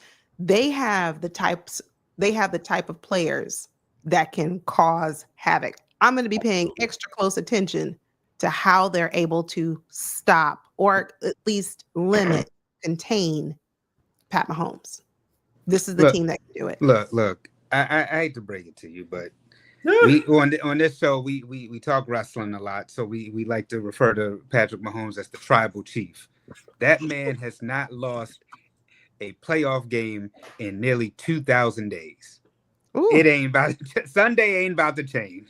And that's not a prediction. Look, the one team that could beat him, Dre, is what? We at home on the couch. The team that was supposed to beat him. The team that could have did it. Yeah, we went fishing. I don't know if we could have done it. I did not pick us to win. If the Ravens, I did not pick us to win. If we did make it there, no. I feel like got that fourth down. Like we can beat them. I feel like we're close. I feel like we're the team to do it. We are, and I know that we can do it. I know we could have done it, but the inconsistency, you have to do it on the day that the game is scheduled. You can't say, oh man, can I get a mulligan? Man, I didn't show up. Can I come back tomorrow and try again? No. And so if you talk about beating Patrick Mahomes, you've got to go out there and know that you can do it. And if I don't know. I would have question marks. If the Ravens were in the Super Bowl, I would certainly be cheering for them. Come on, Ravens, let's go. Let's get it. Let's get this win. But in the back of my mind, I'd be thinking, it's going to be a long night if we don't win. It's going to be a long live stream if we don't make it. But that's the truth. Because if you don't get pressure on Pat Mahomes, you're in for a long evening. And how much pressure did we get on Josh Allen? How many sacks did we get on Josh Allen? I don't know. So that's not going to be enough to do it against Pat Mahomes. He's got too many firepower. He's got too many weapons, too much ammunition over there, too many stars over there that can get the job done. Yeah. They don't make no mistakes. They do not beat themselves. Mistakes, yo. They do not beat themselves. How you feel? Well, real quick. And that's what we do. That's what we do. Too often, we beat ourselves. So we take ourselves out of the game. Mm-hmm. Not them taking us out the game. We just go in and say, let's do it to ourselves. Really, really, really quick. How you feel about those Commanders? I like the Commanders. Oh, look at her. I do. I like the Commanders. Oh, I like Jaden Daniels. Mhm. I never liked the Commanders prior to this year because I thought the organization at the front, in the front office was a joke. I thought it was a It was. joke, an absolute joke. They made some changes. They cleaned house. And now look where they are. I mean, all the Commanders need, I think, is one more wide receiver Mhm. to complement what you have already in Scary Terry. I think you're right there. You're right back where you were last year, and then some. So Thankfully, all the quarterbacks are in the AFC because we could live in the NFC Championship. We could live there. And you said, and Kravanta, you did say you wanted I forgot who you said we were talking. As soon as we did the post game, there was somebody you said you wanted. Wide receiver? I think it was T. Higgins. T. Higgins. That's what he said. Yeah. Bring in T. Higgins. Do that. I mean, again, are the AFC North teams going to trade or make any type of like deal with kind of the enemy with the Ravens? Probably not. Oh, but they would if the price is right. But that's where the Ravens have to be willing to you got to be willing to ante up the price. You have to. Like T. Higgins gone. He leaving. But is he leaving the AFC? I think he's staying still. I'm the only person think he's going to stay. I think he's going to somehow stay. No, because Jamar's getting paid. Jamar Chase. Yeah, they ain't paying both of them. Yeah, Jamar Chase. They're not there. Yeah, Higgins is a free agent. Hey, Big Red. Yeah, Higgins is a free agent. He's gone. He's gone. So I'd like to see him, wearing a Ravens jersey. Will it happen? Probably not. But one can hope. It would be lovely. It would. Fingers crossed. Yes. Well, Miss Yolanda, we kept you up late enough. How can the people keep up with you? What can they expect? I know, got some things going on, but let the people know your final word to sound off before you get out of here. Gentlemen, this has been so much fun. I really appreciate the invitation. I had a blast. Even though I'm super, super tired because this is past my bedtime, but I appreciate it. It was a great time. Thank you. You can find me at Ravens Talk with Yolanda here on YouTube, or you can follow me over on X or Blue Sky at Yolanda ESQ1908. Yes, before she gets out of the building, the link is right there on your screens. Take your mouse, click on it, subscribe, comment, leave a like, all the good stuff. Show love to her and the good brother Hendo. Does great content. Miss Yolanda, we got to do this again real soon, and we appreciate you. I'd love to come back as soon as we sign that big body wide receiver so I can say, we did it. I told you we're going to the Super Bowl. We're winning it because we signed. And then whoever that name is will say, we just signed, fill in the blank. Absolutely. We appreciate it again. Thank you, Stand Up Late. Check out her channel, Ravens Talk with Yolanda. She'll be back throughout the off season. We'll have her back on, and she's going to keep giving me that great Ravens content. One more time for Miss Yolanda. Thank you again. We appreciate it. You're very welcome. Take care, everyone. Thank you, Miss Yolanda. Yes, we're going to clip this interview. We're going to send it to you tomorrow so you can have it with all of the great content. We'll send it to you, and you can even put it out, whatever you want to do with it. But we'll send that to you tomorrow. We'll be in contact. Thank you again, Miss Yolanda. Appreciate that. Yes, have a good night. Once again, everybody, Miss Yolanda from Ravens Talk. Yolanda, show some love. What a way to start Black History Month. Doing it for the ladies with Ravens Talk with Miss Yolanda. Joining us, staying up late. What an interview. Always fun time. So make sure you guys check out her channel as well. Dre, real quick, let's go to some basketball. We had the 22 on 2-2. Asia Wilson, your girl, and the Great White Hope. Caitlin Clark had their jerseys retired. How you feeling, Dre? And Caitlin Clark getting DeWanna Bonner from the Sun. So the Fever looking like they're going to be competitive, Dre, in the WNBA potentially. Oh, the Fever are making all the right moves right now. I mean, you bring in Clark, you bring in Boston, 2 young draft picks, and now you're working and developing around them. They were able to get the playoff experience, and now it looks like they're about to even up that and really make a push towards a chip. Shout out to Asia, shout out to Caitlin for both having their jerseys retired. I guess the next question is, when is LSU going to finally do it for Angel Reese? Has to happen. That's gotta. If those two got it, Angel's got to have hers retired next. Go Hey, ahead, wait a minute. Cavante. Are her and Bam dating? Yes. Okay. Yeah, remember I put it that they would. It was, but they're keeping it on the low. Yeah, They're that's keeping what it I on the thought. low. That's what I But she thought. shouted him out in the speech, though. Yeah. She shouted him out in the speech. Well, you talking about Asia Wilson and Bam Adebayo? Yeah, he was there. Oh, okay. Because he was. I think they became close during the Olympics, and Yeah. then kind of went from there. But he was there. She I'm shouted not, him out a look, little bit. I'm very happy for him. That's right. You He made the acknowledge right that, good decision. brother. He ain't goofy like Jimmy Butler. He's playing for the Heat. Damn it, Cavante, how you feel? He's actually their best player. That's the crazy part. Anyway, Cavante. I think this is amazing. We're continuing to find ways to highlight women's basketball and women's sports, and I think this is another step forward. We're recognizing these young ladies that's doing the damn thing on a basketball court, and retiring their jerseys is immortalizing them. You know what I'm saying? Like they are one of the many stepping stones to the greatness that the WNBA can be. So this is absolutely huge for those women individually and for women's basketball as a whole, whether it's pro or amateur. Well, they're getting paid now, so I guess it's all pro, really. But yeah, man, that's congratulations is in order.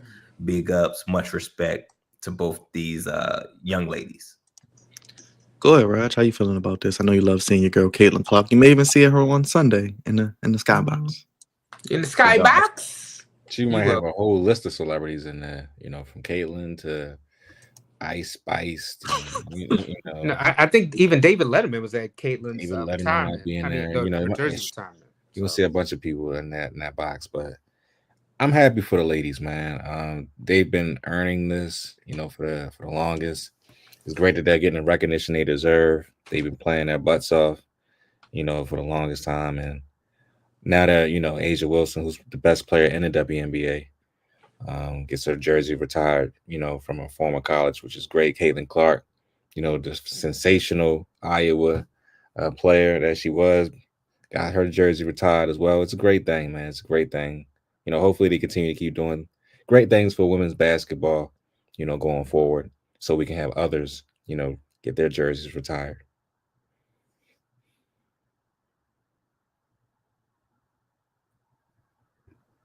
Can go to Cravante as I pull up some images. Cravante, what's your thoughts on the Luka AD trade? We didn't get you yesterday. I know your mind was blown based on your comment, but how are you feeling about this trade? Is Dre is going to sub out? I know Dre will be back, but let's get your thoughts on this trade, Cravante. I know you are unbiased to either team.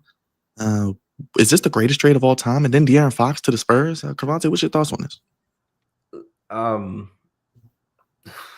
Greatest is a stretch. I think it's the goofiest. It could probably be that, because I don't get it. I think there's probably more to the story.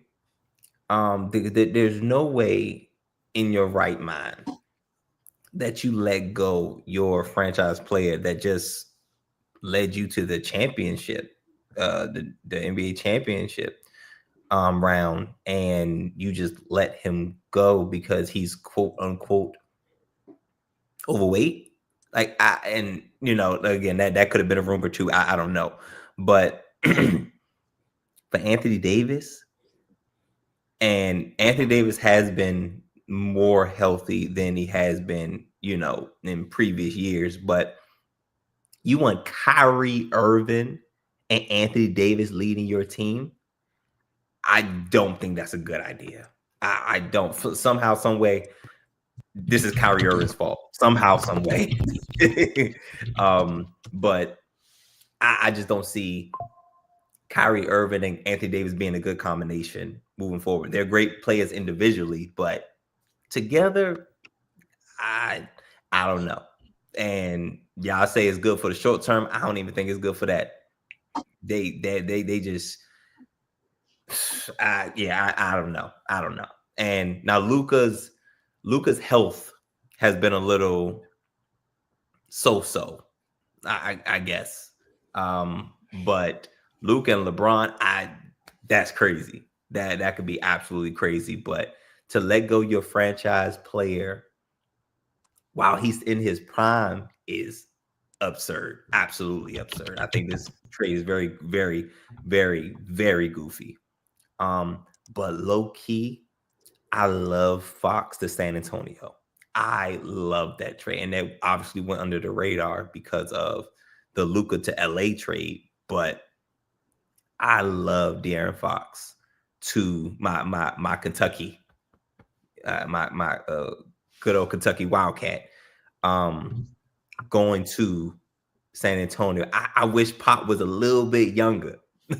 I wish he was a little bit younger because I'm not sure if he, he's getting a little older, so I don't know if I'm sure his coaching style is still the same, but young Pop with the energy that these two players are going to bring in, Wemby and Fox, would be crazy. And Chris Paul's probably doing a lot of coaching on the court.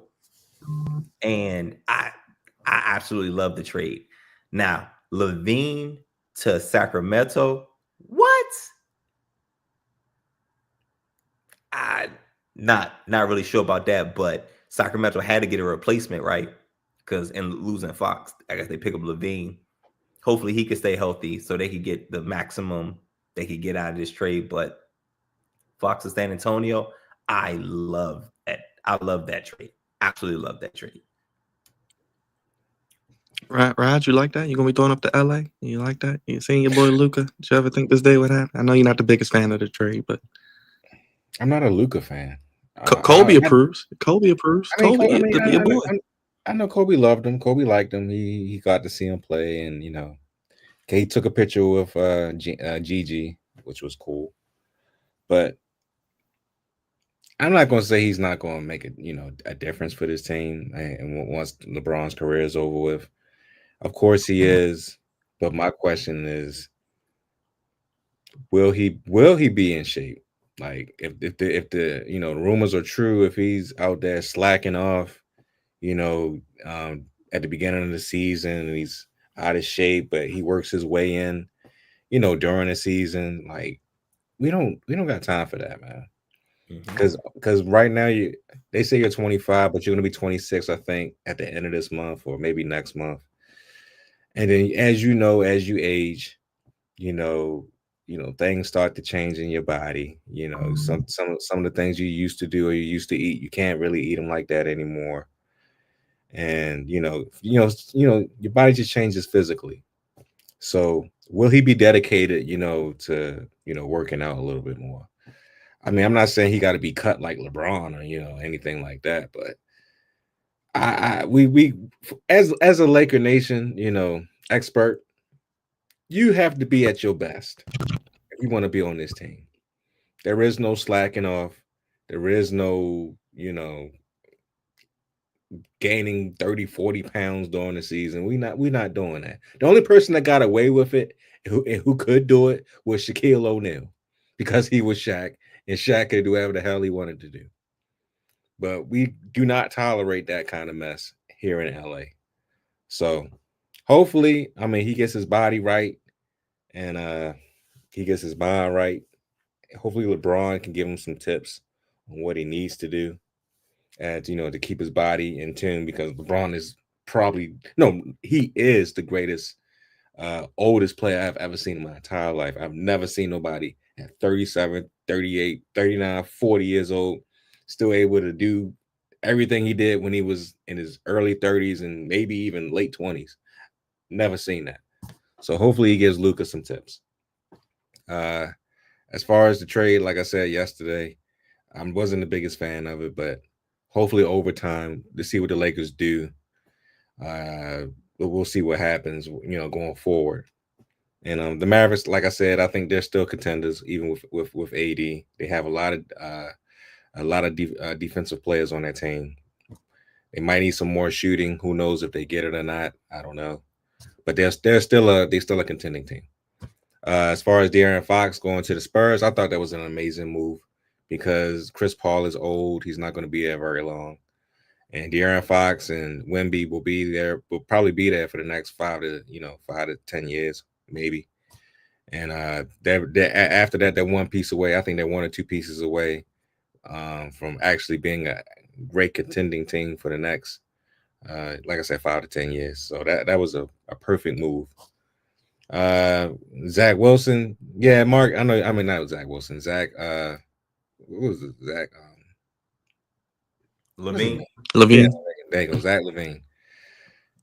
Yeah, I'm with Mark, man. I mean, it's like they getting the Bulls again. It's like they got DeMar DeRozan and Zach Levine. What are you gonna get Lonzo Ball next? Like, what are we doing, man?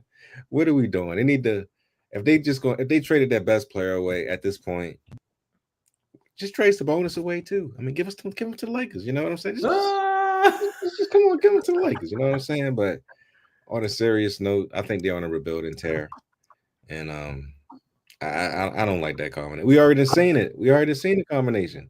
Sacramento Bulls, exactly. We didn't seen it, so it makes no sense. I don't know what they're trying to do. Zach Levine deserves better though. He needs to be on a contending team, and Sacramento ain't nowhere near contending for anything.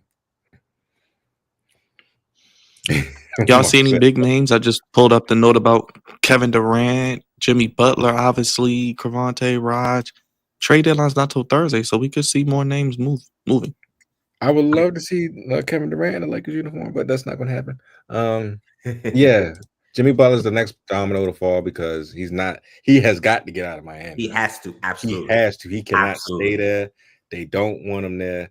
He keeps getting suspended. You don't want to be there. You don't want to be there, even though it's a wonderful, lovely place to be. He's done with him. So I don't know where he goes at because he's not going to Golden State either because he don't want to sign an extension, and they're like, "Well, we don't want to do business with you." So that's out.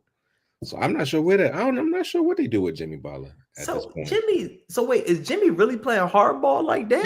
Yes. He said he does not want to sign an extension. So the Golden State said, "We out of here. We're not going to do nothing with you." But I feel like wouldn't they run into that problem with any team? Yeah. Because looks like it's just Phoenix, Cavante, but then they're talking about they want to trade Durant. So what the hell are we doing? And him going to Phoenix, you got Bill, you got Bill in that goofy contract. Cavante, it's only 2 players with a no trade clause: LeBron James and Bradley Beal. Right. Thanks to the Wizards. Raj, check this out. It looks like Phoenix and Miami better get on the line because that's what we looking at right now. Because Butler has to get up out of there, and now all of a sudden, well, not all of a sudden, because I feel like that KD to Phoenix, I never believed in that. I never believed in that. And I believe, and it's funny because I believed in it even less when Bill got there. Because I was like, oh, this is too much. This is what are we doing? This is too much. So look for Sacramento. Oh, damn, the F. Sheesh. Look for Miami and Phoenix and maybe another team to get into some type of trade, rigmarole to get this done. Because Rod, you're right, man. Jimmy got to go. Yeah, he can't stay there. This is the ultimate. We don't want him, and he don't want to be here. Because usually, it's like, all right, team is like, we really don't know, and the player's like, yo, what's up? Or the player's like, nah, I'm out, and the team is like, we'll see what we can do. No, both are like, I can't stand the other. So we need to make something happen. But Jimmy, you can't play. If you want it out, you can't play hardball like that, man. You making this very, very difficult.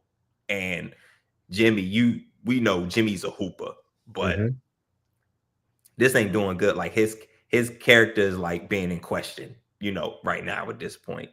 And that's not right, and that's not fair. That's not fair to the Miami Heat because that makes it harder to get rid of him.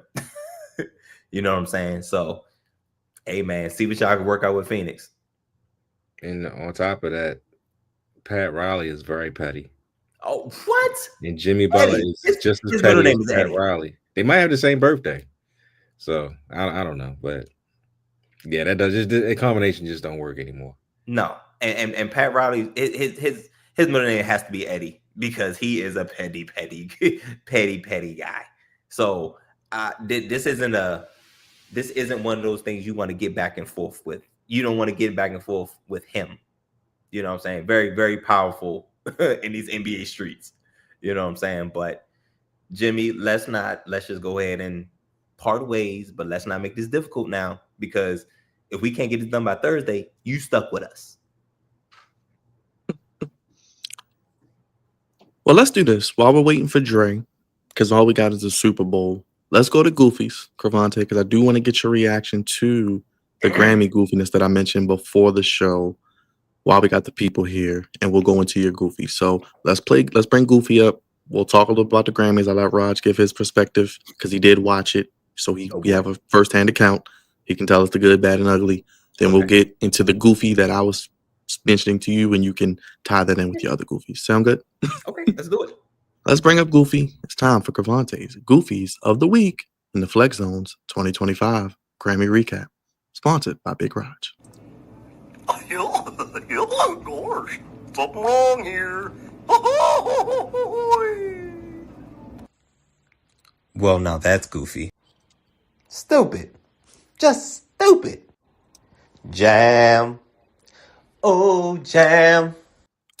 We're going to kick it to our social media producer, Big Raj, as he does have the 2025 Flex Zone Podcast Grammy.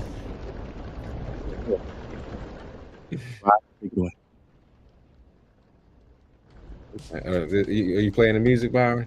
Oh yeah. There you go. There you go. While I do my thing here, but yes, Rod, let the people know what they missed last night. Well, this is my interpretation of the Grammy Awards from last night's performances and awards. We was able to see certain kids of a certain superstar by the name of Will Smith. Jaden Smith looked completely crazy. As you can see right there on the screen, he had a house on his head. I'm not sure if he's trying to be an Addams Family member, or if he's trying to play House of Cards, or I don't know what the hell's going on with him. But that brother has been going through a lot, and I just don't know what's Raj, what the hell is this? I was trying to figure this out. What the hell is this? What is he doing?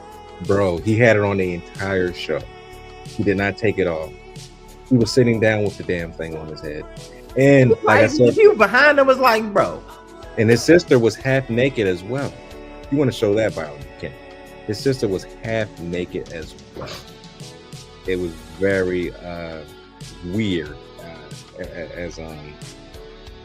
I'm shaking my head, man. And Will was there. Will was at the Grammys giving praises to Quincy, the late great Quincy Jones. It was amazing. That's what I'm saying. Like, what about the people behind him? Yeah. So shout out to Will for giving his salutes to Quincy Jones. They had a tribute to him. A lot of artists went on stage, and I don't know what she's doing right there. I don't understand why she's there. I mean, she's a very lovely young lady, but she does not need to dress like that. Will, what are we doing? Anyways, they gave a lovely tribute to Quincy Jones, but the only thing I didn't like is they had Janelle Monáe do a Michael Jackson impersonation. She hit the moonwalk great. But everything else was trash. They could have had Chris Brown do it. I seen my boy The Weeknd there. He was there. He performed. He was great. He had the Demons on stage. He brought out Playboy Cardi. Fire, hell, brimstone was all over the place. The crowd was going wild, or they were going mid. I'm not sure. Jay-Z was there. Beyonce won Album of the Year. She won, I think, 2 or 3 Grammys. Also, Kendrick Lamar completely stomped on Drake as he won 5 Grammys total. Rap Album of the Year. No, was it rap? Yeah, I think it was Album of the Year. I think he won, or Rap Song of the Year. And a couple other ones he won 5. He swept his category. Let's just say that. Shabuzi was there. He did his country tipsy song. Yeah, that was Janelle Monáe. The blonde wig, whatever that is. This was not hitting, not at all. I didn't get what the hell she was doing. But Of course, you had your white counterparts there. What's his name? God damn it! The dude from Coldplay was there. He played the piano. Chris Martin. Chris Martin was there. He was there. I think.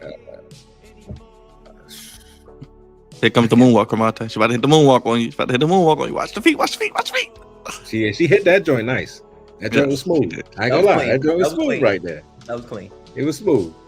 But the actual singing, nah, she gotta let the Weeknd do that. Or, like I said, flying Chris Brown, who also won a Grammy. Chris Brown won a Grammy. Can you believe that? He actually won a Grammy, and he wasn't even there to get it. But like I said, it was a good show, man. It was a good show to watch. Sabrina Carpenter was there. That's one. Sabrina Carpenter was there. She performed. She had a great performance. Dochi was there. Yep, Dochi was there. I don't know who the hell Dochi even is, but she had a nice outfit on as well on stage. You know what I'm saying? When she was performing, so she did her thing. Yeah, man, and just overall, man, I give the Grammys. You know, usually it's boring. Usually it's mid. This was actually pretty good. It's actually pretty really good. And as you can see, Blue Ivy's next to Beyonce with the blonde wig on, and Jay-Z's in the background with the Coolio type of hairstyle. And yeah, and Swiss Beats was there because Alicia Keys got the Dr. Dre award. By the way, when Dr. Dre when Kendrick Lamar got accepted the last Grammy, Dr. Dre gave Lucien Grange a high five. And if you don't know who Lucien Grange is, Google him. But all night they roasted Drake. They made his life a living hell.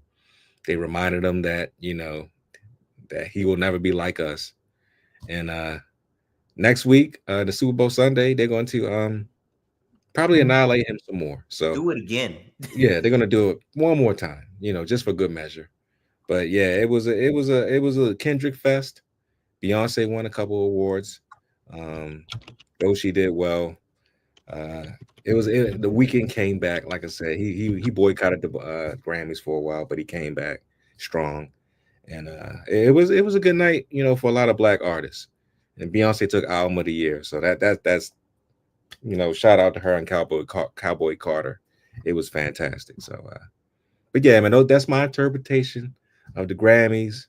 It was a good watch, and a lot of goofiness. Even Kanye was there. But I don't want to say what he was doing. You can look at that at your own discretion. There you go. Cravante's Goofies of the week. Oh my giggity. What? Oh my God. So welcome to Goofies of the Week. Shit, I should have did this before Raj went. Because this has become a group effort. But I'll do my regular intro. Welcome to Goofies of the Week, sponsored by the Flex Zone and Raj specifically. Appreciate you guys for giving me a little bit of time to let me tell the good people what I thought was goofy this week. And Raj, thank you for your interpretation of the Grammys. We know how goofy, not just the Grammys, but how like music awards could be goofy in general. And it seemed like this was a pretty decent one, you know, outside of the outfits for certain children. Because I feel like the outfits that you showed us was from children who parents let them dress themselves.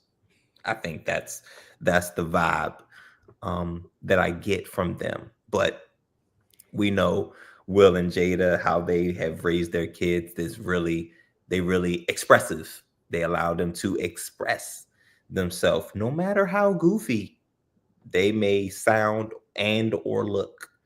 Because my thoughts are, I don't want to curse, but he looked like a house. You know what? That's what he looked like. He looked like a house black person from slavery. That's what he looked like. You know what I'm saying? And it just so happened that the house was black too. What are we really doing here? And young lady, put some damn clothes on. Like, come on now. I don't even know how old they are. I know they're like young adults, but come on now. Let's just say we can spot. There we go, Mark. There we go. So I like that. Byron, Mark's last comment and Roger's comment, which are both accurate to how I feel about what's that boy named Jaden Smith. Jaden. Oh yeah, I know his last name. I know his last name. You ain't got to worry about that. So that's what I think Jaden Smith looked like. But I have two goofies. One is actually about the Grammys. I'm not sure if we allowed to play that video. But what the hell is that? Huh? Jaden Smith. No, what the hell is that on his head? It was a house. He's trying to figure it out. Oh, you missed it. You didn't see it, Dre? Oh, hold on, I got you. I didn't. We're trying to This figure time it he out. was dressed at the Grammys. Look like some type of castle or something. Looks like some type of gangster style. So Kanye, so definitely Kanye. I'm trying to be in my Fleece Johnson voice. It's like gangster style, but I don't know what that is. oh yeah. Calm down, Dre. It's Willow. Hey, Willow's grown now.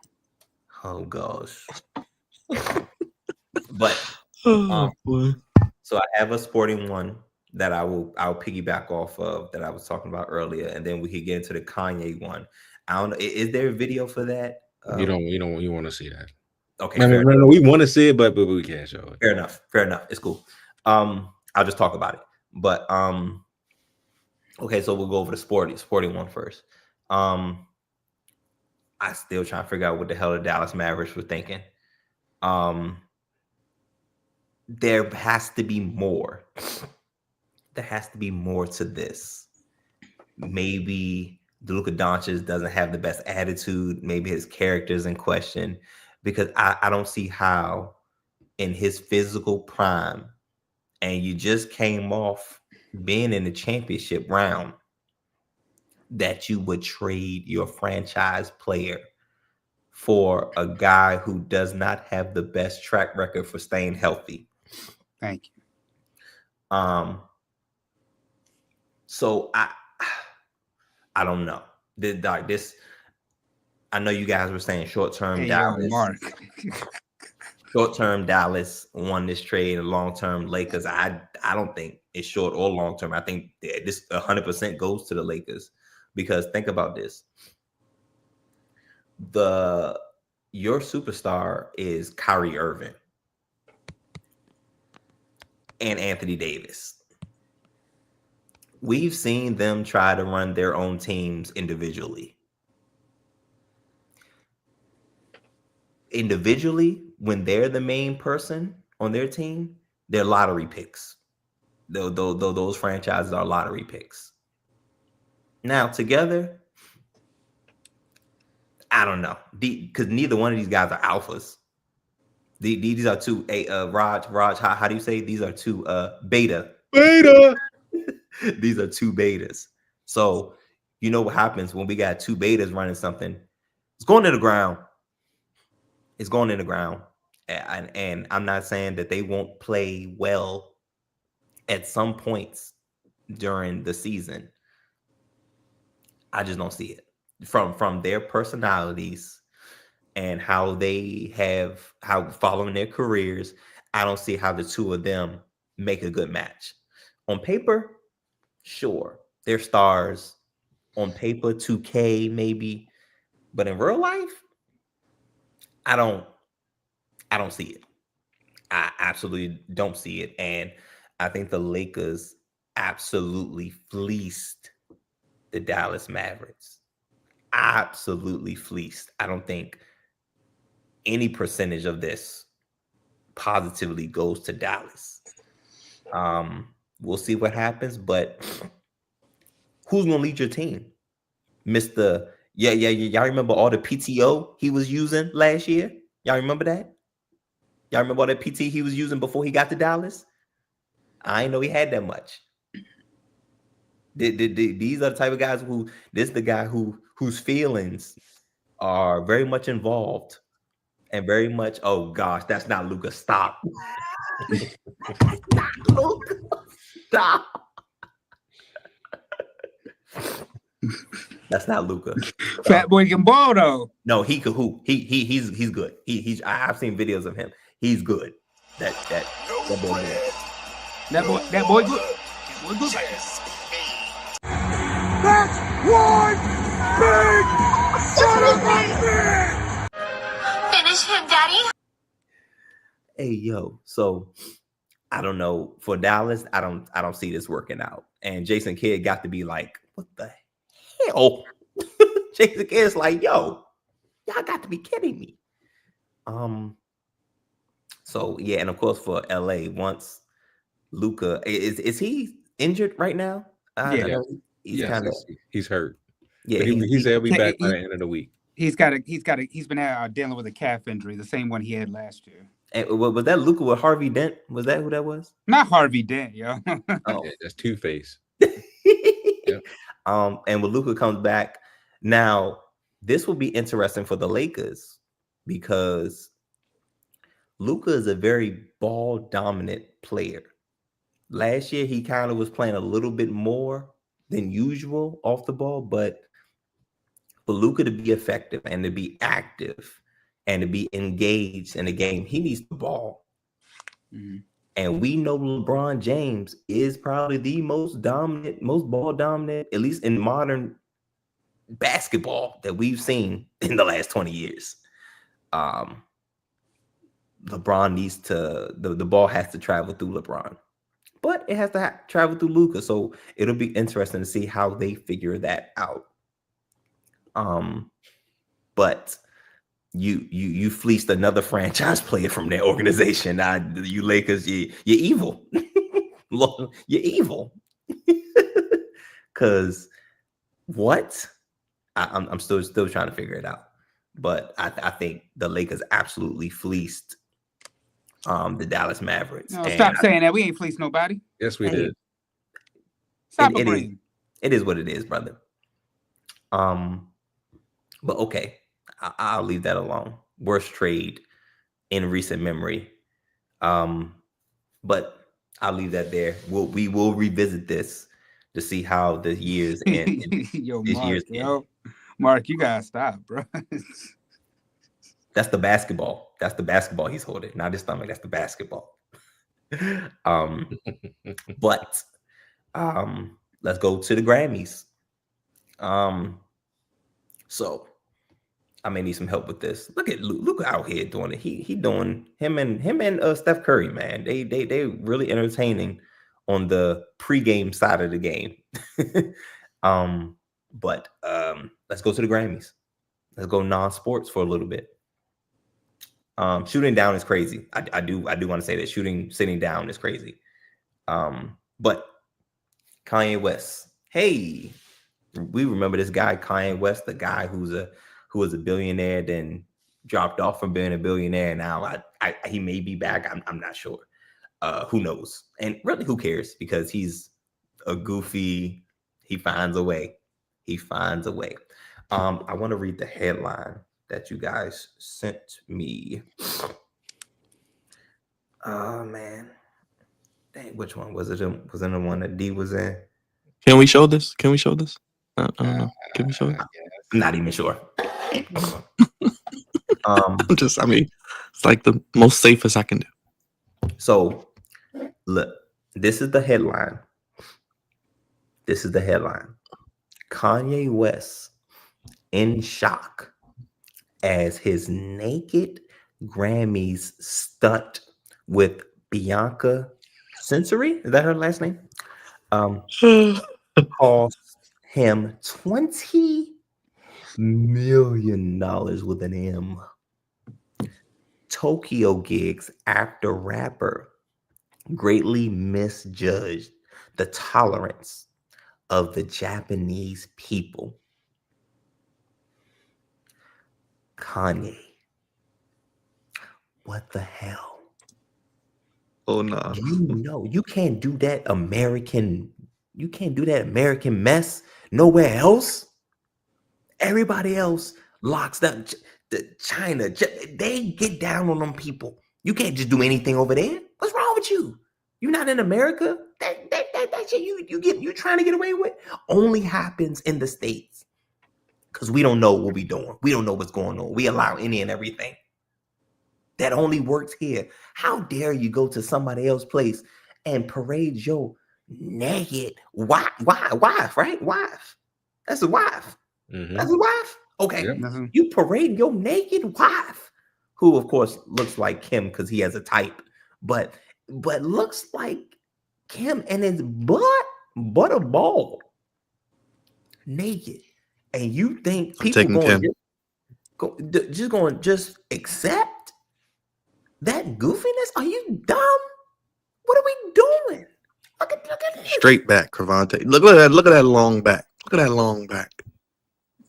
What? Long back that, as Coach Greg Adams would say. I'm long taking back. Kim. I'm taking Kim. At least Kim got some curves back there. I say, well, I guess he couldn't get 100% Kim, but what? And look, what is he? Kanye. I still listen to Graduation. I still listen to Late Registration, man. I still listen to College Dropout because, man, that's the last time he was good, man. It was the last time he was good, and we are so far gone that he's in the news. Not a Catholic priest. Yeah. And because ever since the trilogy, it's been all downhill. And now he out here parading. Like, do you like as a man, you should not ever allow your woman out in public like that. Because you look like, instead of looking like her husband, you look like her pimp.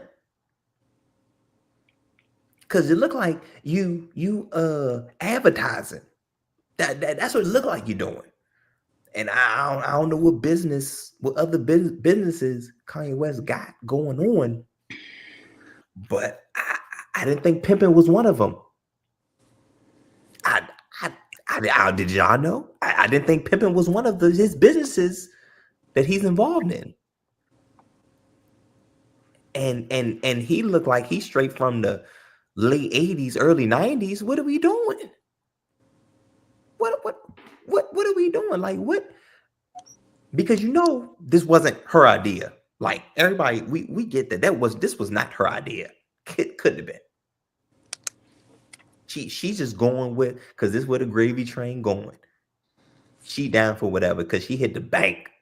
That's his wife. Okay, so she hit the bank. So she gonna do whatever, because only Kanye would come up with this weird shit to do, and it looks like it's backfired because he think he could do that Americanized mess in other places where they actually care about their citizens a little bit, or let me say they're very strict on what their citizens see and what their citizens do, unlike America, because we do whatever we want for the most part. Like, TikTok was down for not even 24 hours and things went crazy. Kanye, I don't know what's going on.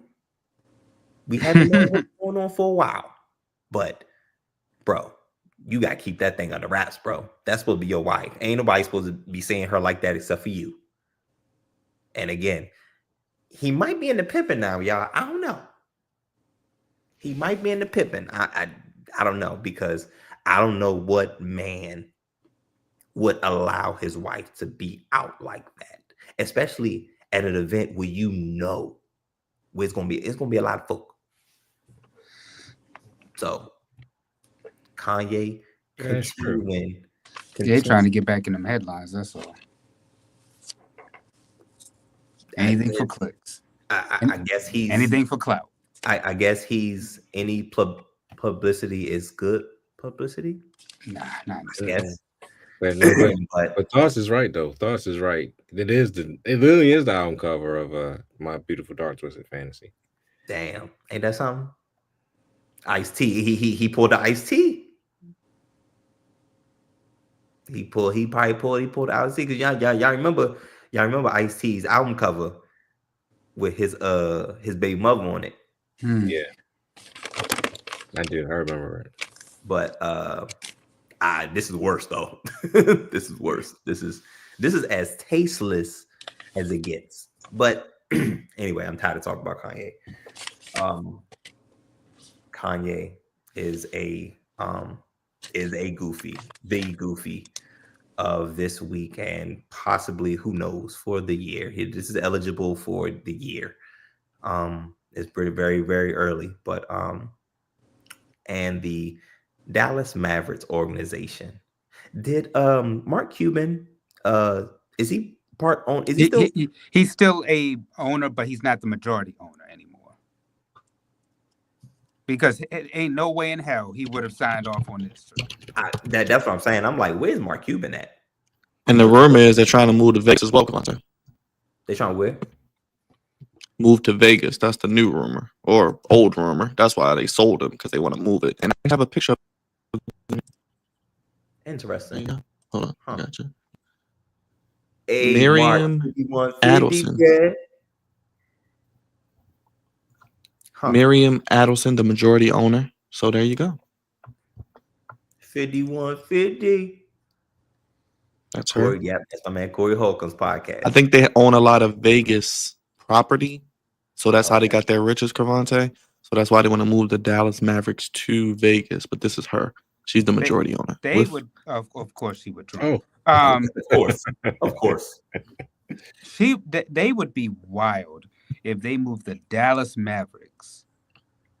That fan base, like Dallas, loves the Mavericks. Yeah, that would be terrible. Actually, that would be terrible if they did that. Yeah, that would suck. That would suck. But Dallas is a football town, so whatever.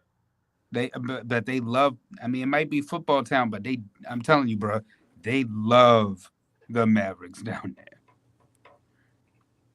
Yeah, I mean, good as long as they under Mark Cuban. Mark Cuban did right by them for the most part, I think. So yeah, I think that's a pretty good organization. A likable owner, a lot of the owners are billionaires. Like they're like goofies than like narcissists.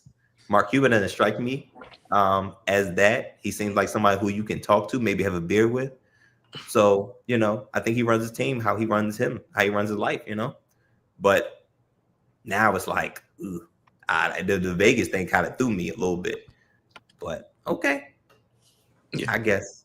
But y'all know my line. There's a thin line between goofy and great, and Mavericks front office.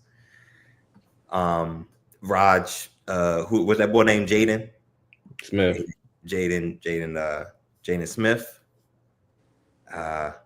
Yeah, all these guys, but at the Mavericks and Kanye West are all on the wrong end of this. Y'all got to do better, man. Got to do better. Before I bring in Goofy, she apparently had $100 million to donate to Trump, but not for Luka.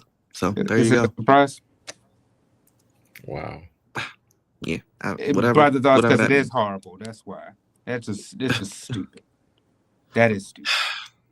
MAGA. Well, she's also in Texas, so.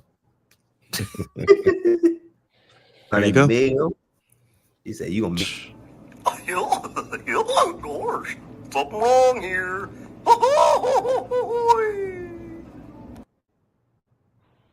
Stupid. Just stupid. Gets us every time, man. Well, now that's goofy. Yep. Jam. Oh, Jam. Man. Drizzy Dre's back with us. How you feeling, Dre? I feel good, man. I'm happy. The trade is shocking, but We'll see. There's plenty of centers right now in the league. The Lakers can go after and make a trade, make some noise for. I think they just need a big man to be able to compete with OKC and now Dallas. Oh, and the Nuggets. All right, Jersey Dre, it's time. Super Bowl 59 is this Sunday. And if you're in the chat right now, let us know. We're trying to gauge the interest for a live stream. We've been told people want to see it. So let us know if you want us to be live for the Super Bowl. Flex Zone Podcast and friends will try to make it happen. Dre, you got I don't know if you have the standings, but we're going to get into these Super Bowl picks, my brother. Oh, you won. You won. We did it Byron. last week. You won. You won. I did. Okay. All right. Well, Super Bowl 59. Kansas City Chiefs face the Eagles second time in 3 years. Three-peat on the line. Raj, I'll start with you. Thoughts on the game and your prediction, my good brother. Okay, well, we've made it back to this point where this is the last game of the season. And yet again, the Kansas City Chiefs find themselves at this game. And I told you, Byron, after the Ravens lost to the Kansas City Chiefs in the AFC Championship game earlier last year, that I was not going to pick against them. I thought they would be back here. They're back here again. And I'm not going to pick against them. I'm going to roll on this train until somebody beats them. I think the Eagles can beat them. I think they are beatable, like Miss Yolanda said. But I just can't go against Patrick Mahomes, man. He is this generation's Tom Brady. And I just don't see him losing a Super Bowl at all. So, yeah, I'm going to roll with the Kansas City Chiefs. I think they're going to score over 30 points again. And I think they're going to beat them by a field goal, just like they did the last time they played them. So I think it might be like 35 to 32 or something like that. But I just don't see. I don't see this. I don't see the Eagles beating them. I don't. But I could be wrong. Hopefully I am. But if I'm not, I hope and pray that if the Chiefs do win a three-peat, that the Ravens are the team that takes them down next year. But we shall see. Go ahead, Dre. Start with you, man. Look, I already told y'all he wants some type of Roman Reigns, man. The fact that this man has not been beaten in nearly 2,000 days in a playoff game is just insane. Like, those numbers are just crazy. The fact that this is the first team ever to be able to have a chance to three-peat. And when we think about in the NBA, we've seen it, a couple of times in the the Patriots had a shot at it, but they didn't make it. They went 3 times in a row, but yeah, I think they lost in the middle. I think this team did. This is the first team to make it to the Super Bowl with a chance to win a three-peat. We've seen it, a couple times with two-peats, with the Patriots being one, Steelers, Broncos, Cowboys, but none of them, 49ers, but none of them ever three-peated or even made it to the Super Bowl to three-peat. Now, we've seen teams make it, like the Buffalo Bills 4 times in a row, but I mean, you can make it to the dance, but can you close? And that's the thing. This team knows how to close. We talked earlier. They don't beat themselves, and they just know how to win. Like Raj, I mean, look, I just seen a Ric Flair documentary. And one thing we always say, no matter who you are in sports, Ric Flair has always said it best. In order to be the man, you have to beat the man. I don't know who's beating this man. This team is the most prepared team we've seen since the New England Patriots. They don't beat themselves from start to finish, from the beginning of training camp to when that final second ticks.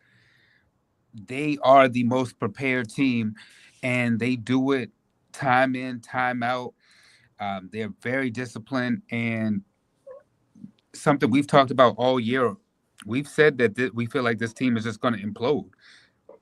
I don't know when the implosion is going to happen for the Philadelphia Eagles, but if you were to ask me, Nick Sirianni, Andy Reid, I'm going to pick Andy Reid. You ask me, Jalen Hurts, Patrick Mahomes, I'm taking Patrick Mahomes every time.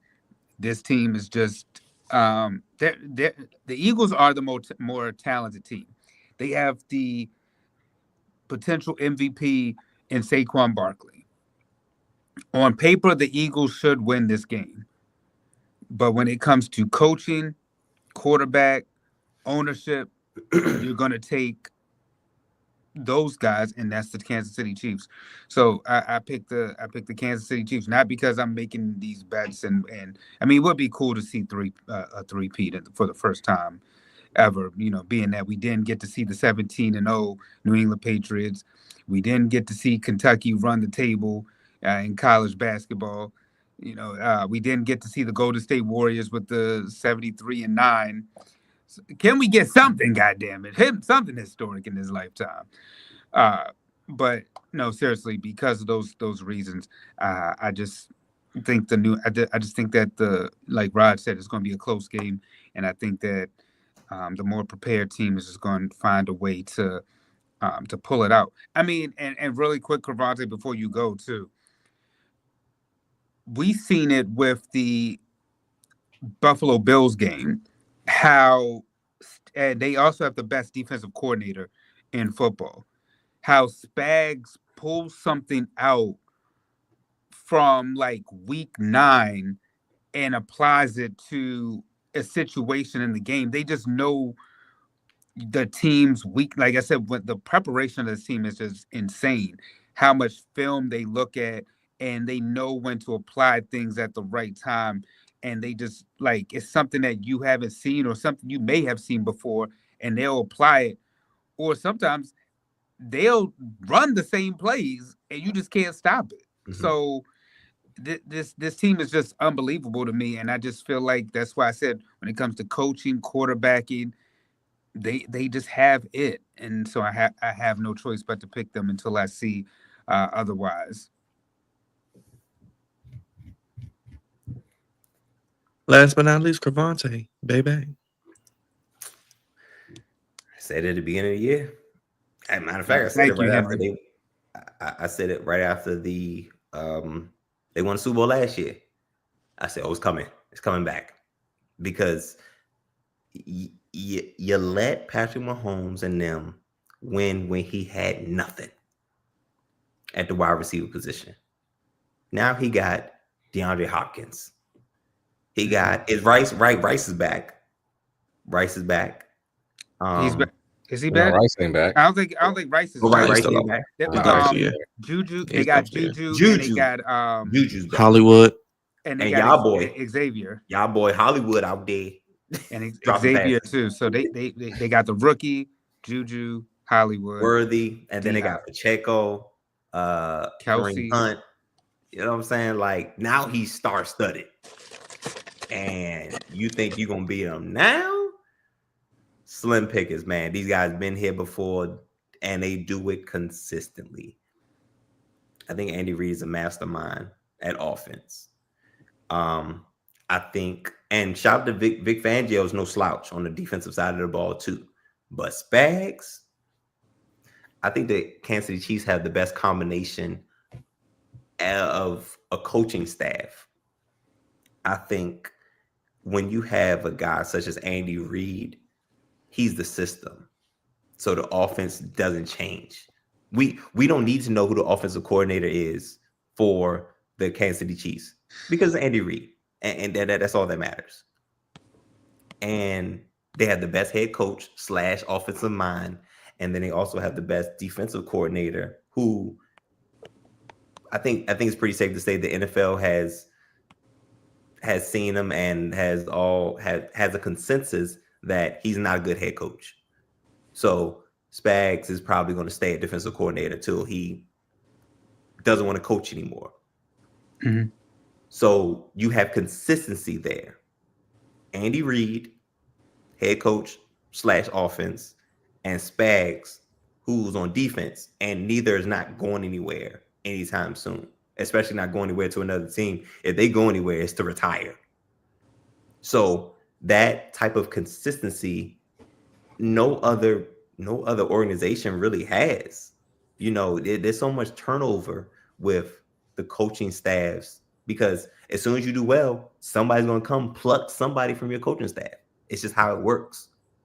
But the two core pieces in Kansas City coaching staff is not going anywhere. Nobody's going to pluck Spags to be their next head coach because we've been there, done that. Spags is a great defensive coordinator. We're going to leave him there. And of course, Andy Reid being the head coach, he's not going anywhere. So I think that's one part. That's one aspect of this that we don't talk about enough. That consistency, you can't buy it. It's priceless. And then of course, you add Patrick Mahomes in there, who's a magician on the field. Like they was running RPOs, y'all. They was running RPOs. I've never seen Patrick Mahomes run this much, ever. Like, you mean to tell me Andy Reid and them had that in their back pocket the whole time? Mm-hmm. There's nobody you can't prepare for Patrick Mahomes running an RPO. In the first time we really see it, we really see it, is in the AFC Championship. Are you serious?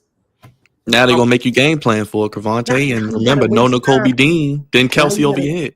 Now you got.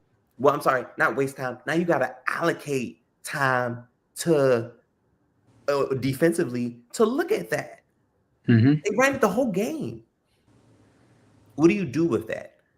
DeAndre Hopkins out there, Xavier Worthy, Travis Kelce, who had a bad, well, I say not a bad game, a non-existent game against the Bills. So you know what he's due for? Planning to go off. A game. He's due for a game. Good luck. There's no N'Kobe Dean. I don't know who they got at linebacker. They probably put one of the white boys on. Either Blankenship or Cooper. Oh yeah. Cooper. Then again, do you want one of them taking Travis Kelce on one-on-one? No. But I will say this. The Eagles have Saquon Barkley. That is their best bet. Their best bet is Saquon Barkley. But you got the best defensive coordinator in the league. Ever, in my opinion. In Spags. He going to have a game plan to stop them. And when it's all said and done, he going to force Jalen Hurts to win this game. And you know what's going to happen? Jalen Hurts probably going to turn that ball over one or two too many times, and that'll be enough. That'll be enough. So it is what it is. Also underrated. The interior offensive line for the Chiefs, they got some all pros there at center and at the guard positions, which is where, hey, Jalen Carter is. So it's gonna be interesting to see, but they know what Jalen Carter is gonna be. They're gonna move this way and that way. You got to. That's how you beat Jalen Carter. You can't have him running all steam ahead. Make him go this way. You got to make him go sideline to sideline. You got Pacheco. You got Kareem Hunt. Patrick Mahomes don't really got to throw the ball that much when you think about it. But he will because he's Patrick Mahomes. And there's no other person you want the ball in their hands throughout the game. So I think it's going to be a three-peat. I've said it since they won the Super Bowl last year. I was like, oh, yeah, it's finna be three of them. Because now he star-studded. So good luck stopping them. And Chris Jones is a big SOB too, Cravante. They're going to have to deal with him, the Eagles. He always make a play. Yeah. And the Eagles have a top-tier offensive line as well. But yep. Saquon, that he can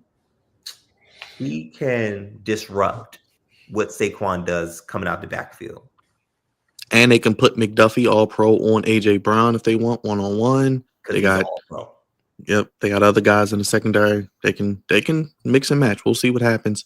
But we are actually going to be doing a Select Zone Super Bowl preview.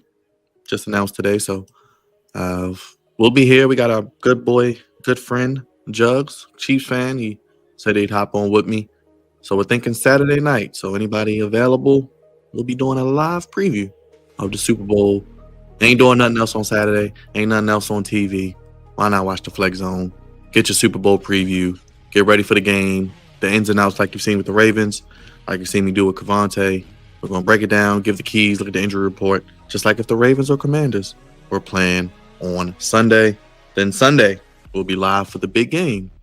From start to finish, commercials, Kendrick, all the in-between. We'll have a nice, fun little watch party and give the people what they want. Cavante, next week, we move on episode 477, and we keep the heavy hitters going for Black History Month. A guy you've been wanting for a long time to get on the show. You're on mute. He's so excited, he's on mute. I've been working on trying to get my guy on for some time. It was just scheduling.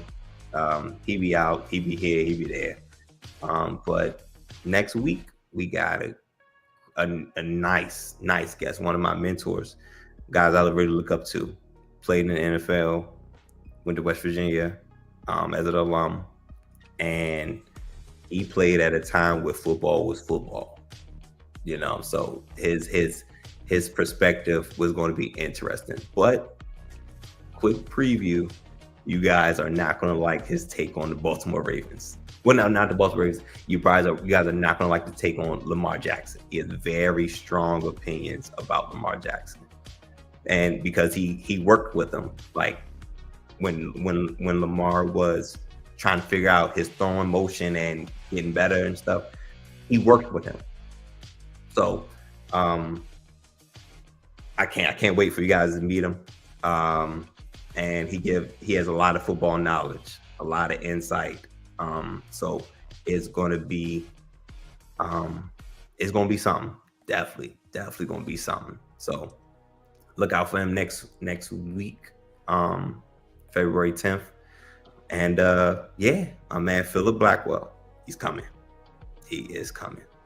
Drizzy Dre, I know you're ready for the turn up this weekend, Super Bowl, but what can people expect next week? Cavante kind of alluded to it, but as we approach 500 episodes. Hey man, I mean, I'm excited about our guest. He is a cool brother, and he will be very insightful. Right now, it's basically just NBA, WWE, and of course, you know, our post Super Bowl. But I'm excited for our next guest coming up. Yes, sir. Big Raj, what do the people need to do if they watch the channel? What we got coming up this week? We got the Super Bowl coming up this week. We have AEW Dynamite. We have SmackDown. We have a preview with Jugs with his predictions on the Super Bowl as he's a Kansas City Chiefs fan. Of course, the Super Bowl Sunday live stream. And, you know, if you're new to the channel, if you're new to the Flex Zone podcast, please hit the like and subscribe button. We would really appreciate it. It helps with the algorithm, you know, and it's just, you know, a thing to do. So please, if you like the channel, if you love what you're saying, leave a comment, hit the like and subscribe button, and stay tuned for more, as I always say. As you can see on the screen, the social media producer, Big Raj, the co-founder, executive producer, Drizzy Dre, LaAndre Melton, repping Laker Nation. Of course, Cravante Bay, the Commandalorian. We'll be getting together real soon after the Super Bowl with some Commanders off-season look ahead preview and kind of what we're hearing out in the streets as things are starting to percolate a little bit. Bold prediction. Go ahead. Prediction. Miles Garrett. Come on, baby. Come on down. Come on down, Miles. Oh my. Come on down. Oh my. Hey, he wants Miles. Let's get this brother Miles then. Once again, big shout out to First Lady of the Flock, Miss Yolanda B. Ravens Talk with Yolanda. Appreciate you once again for kicking off our Sports and Blackness Black History Month, doing it for the ladies.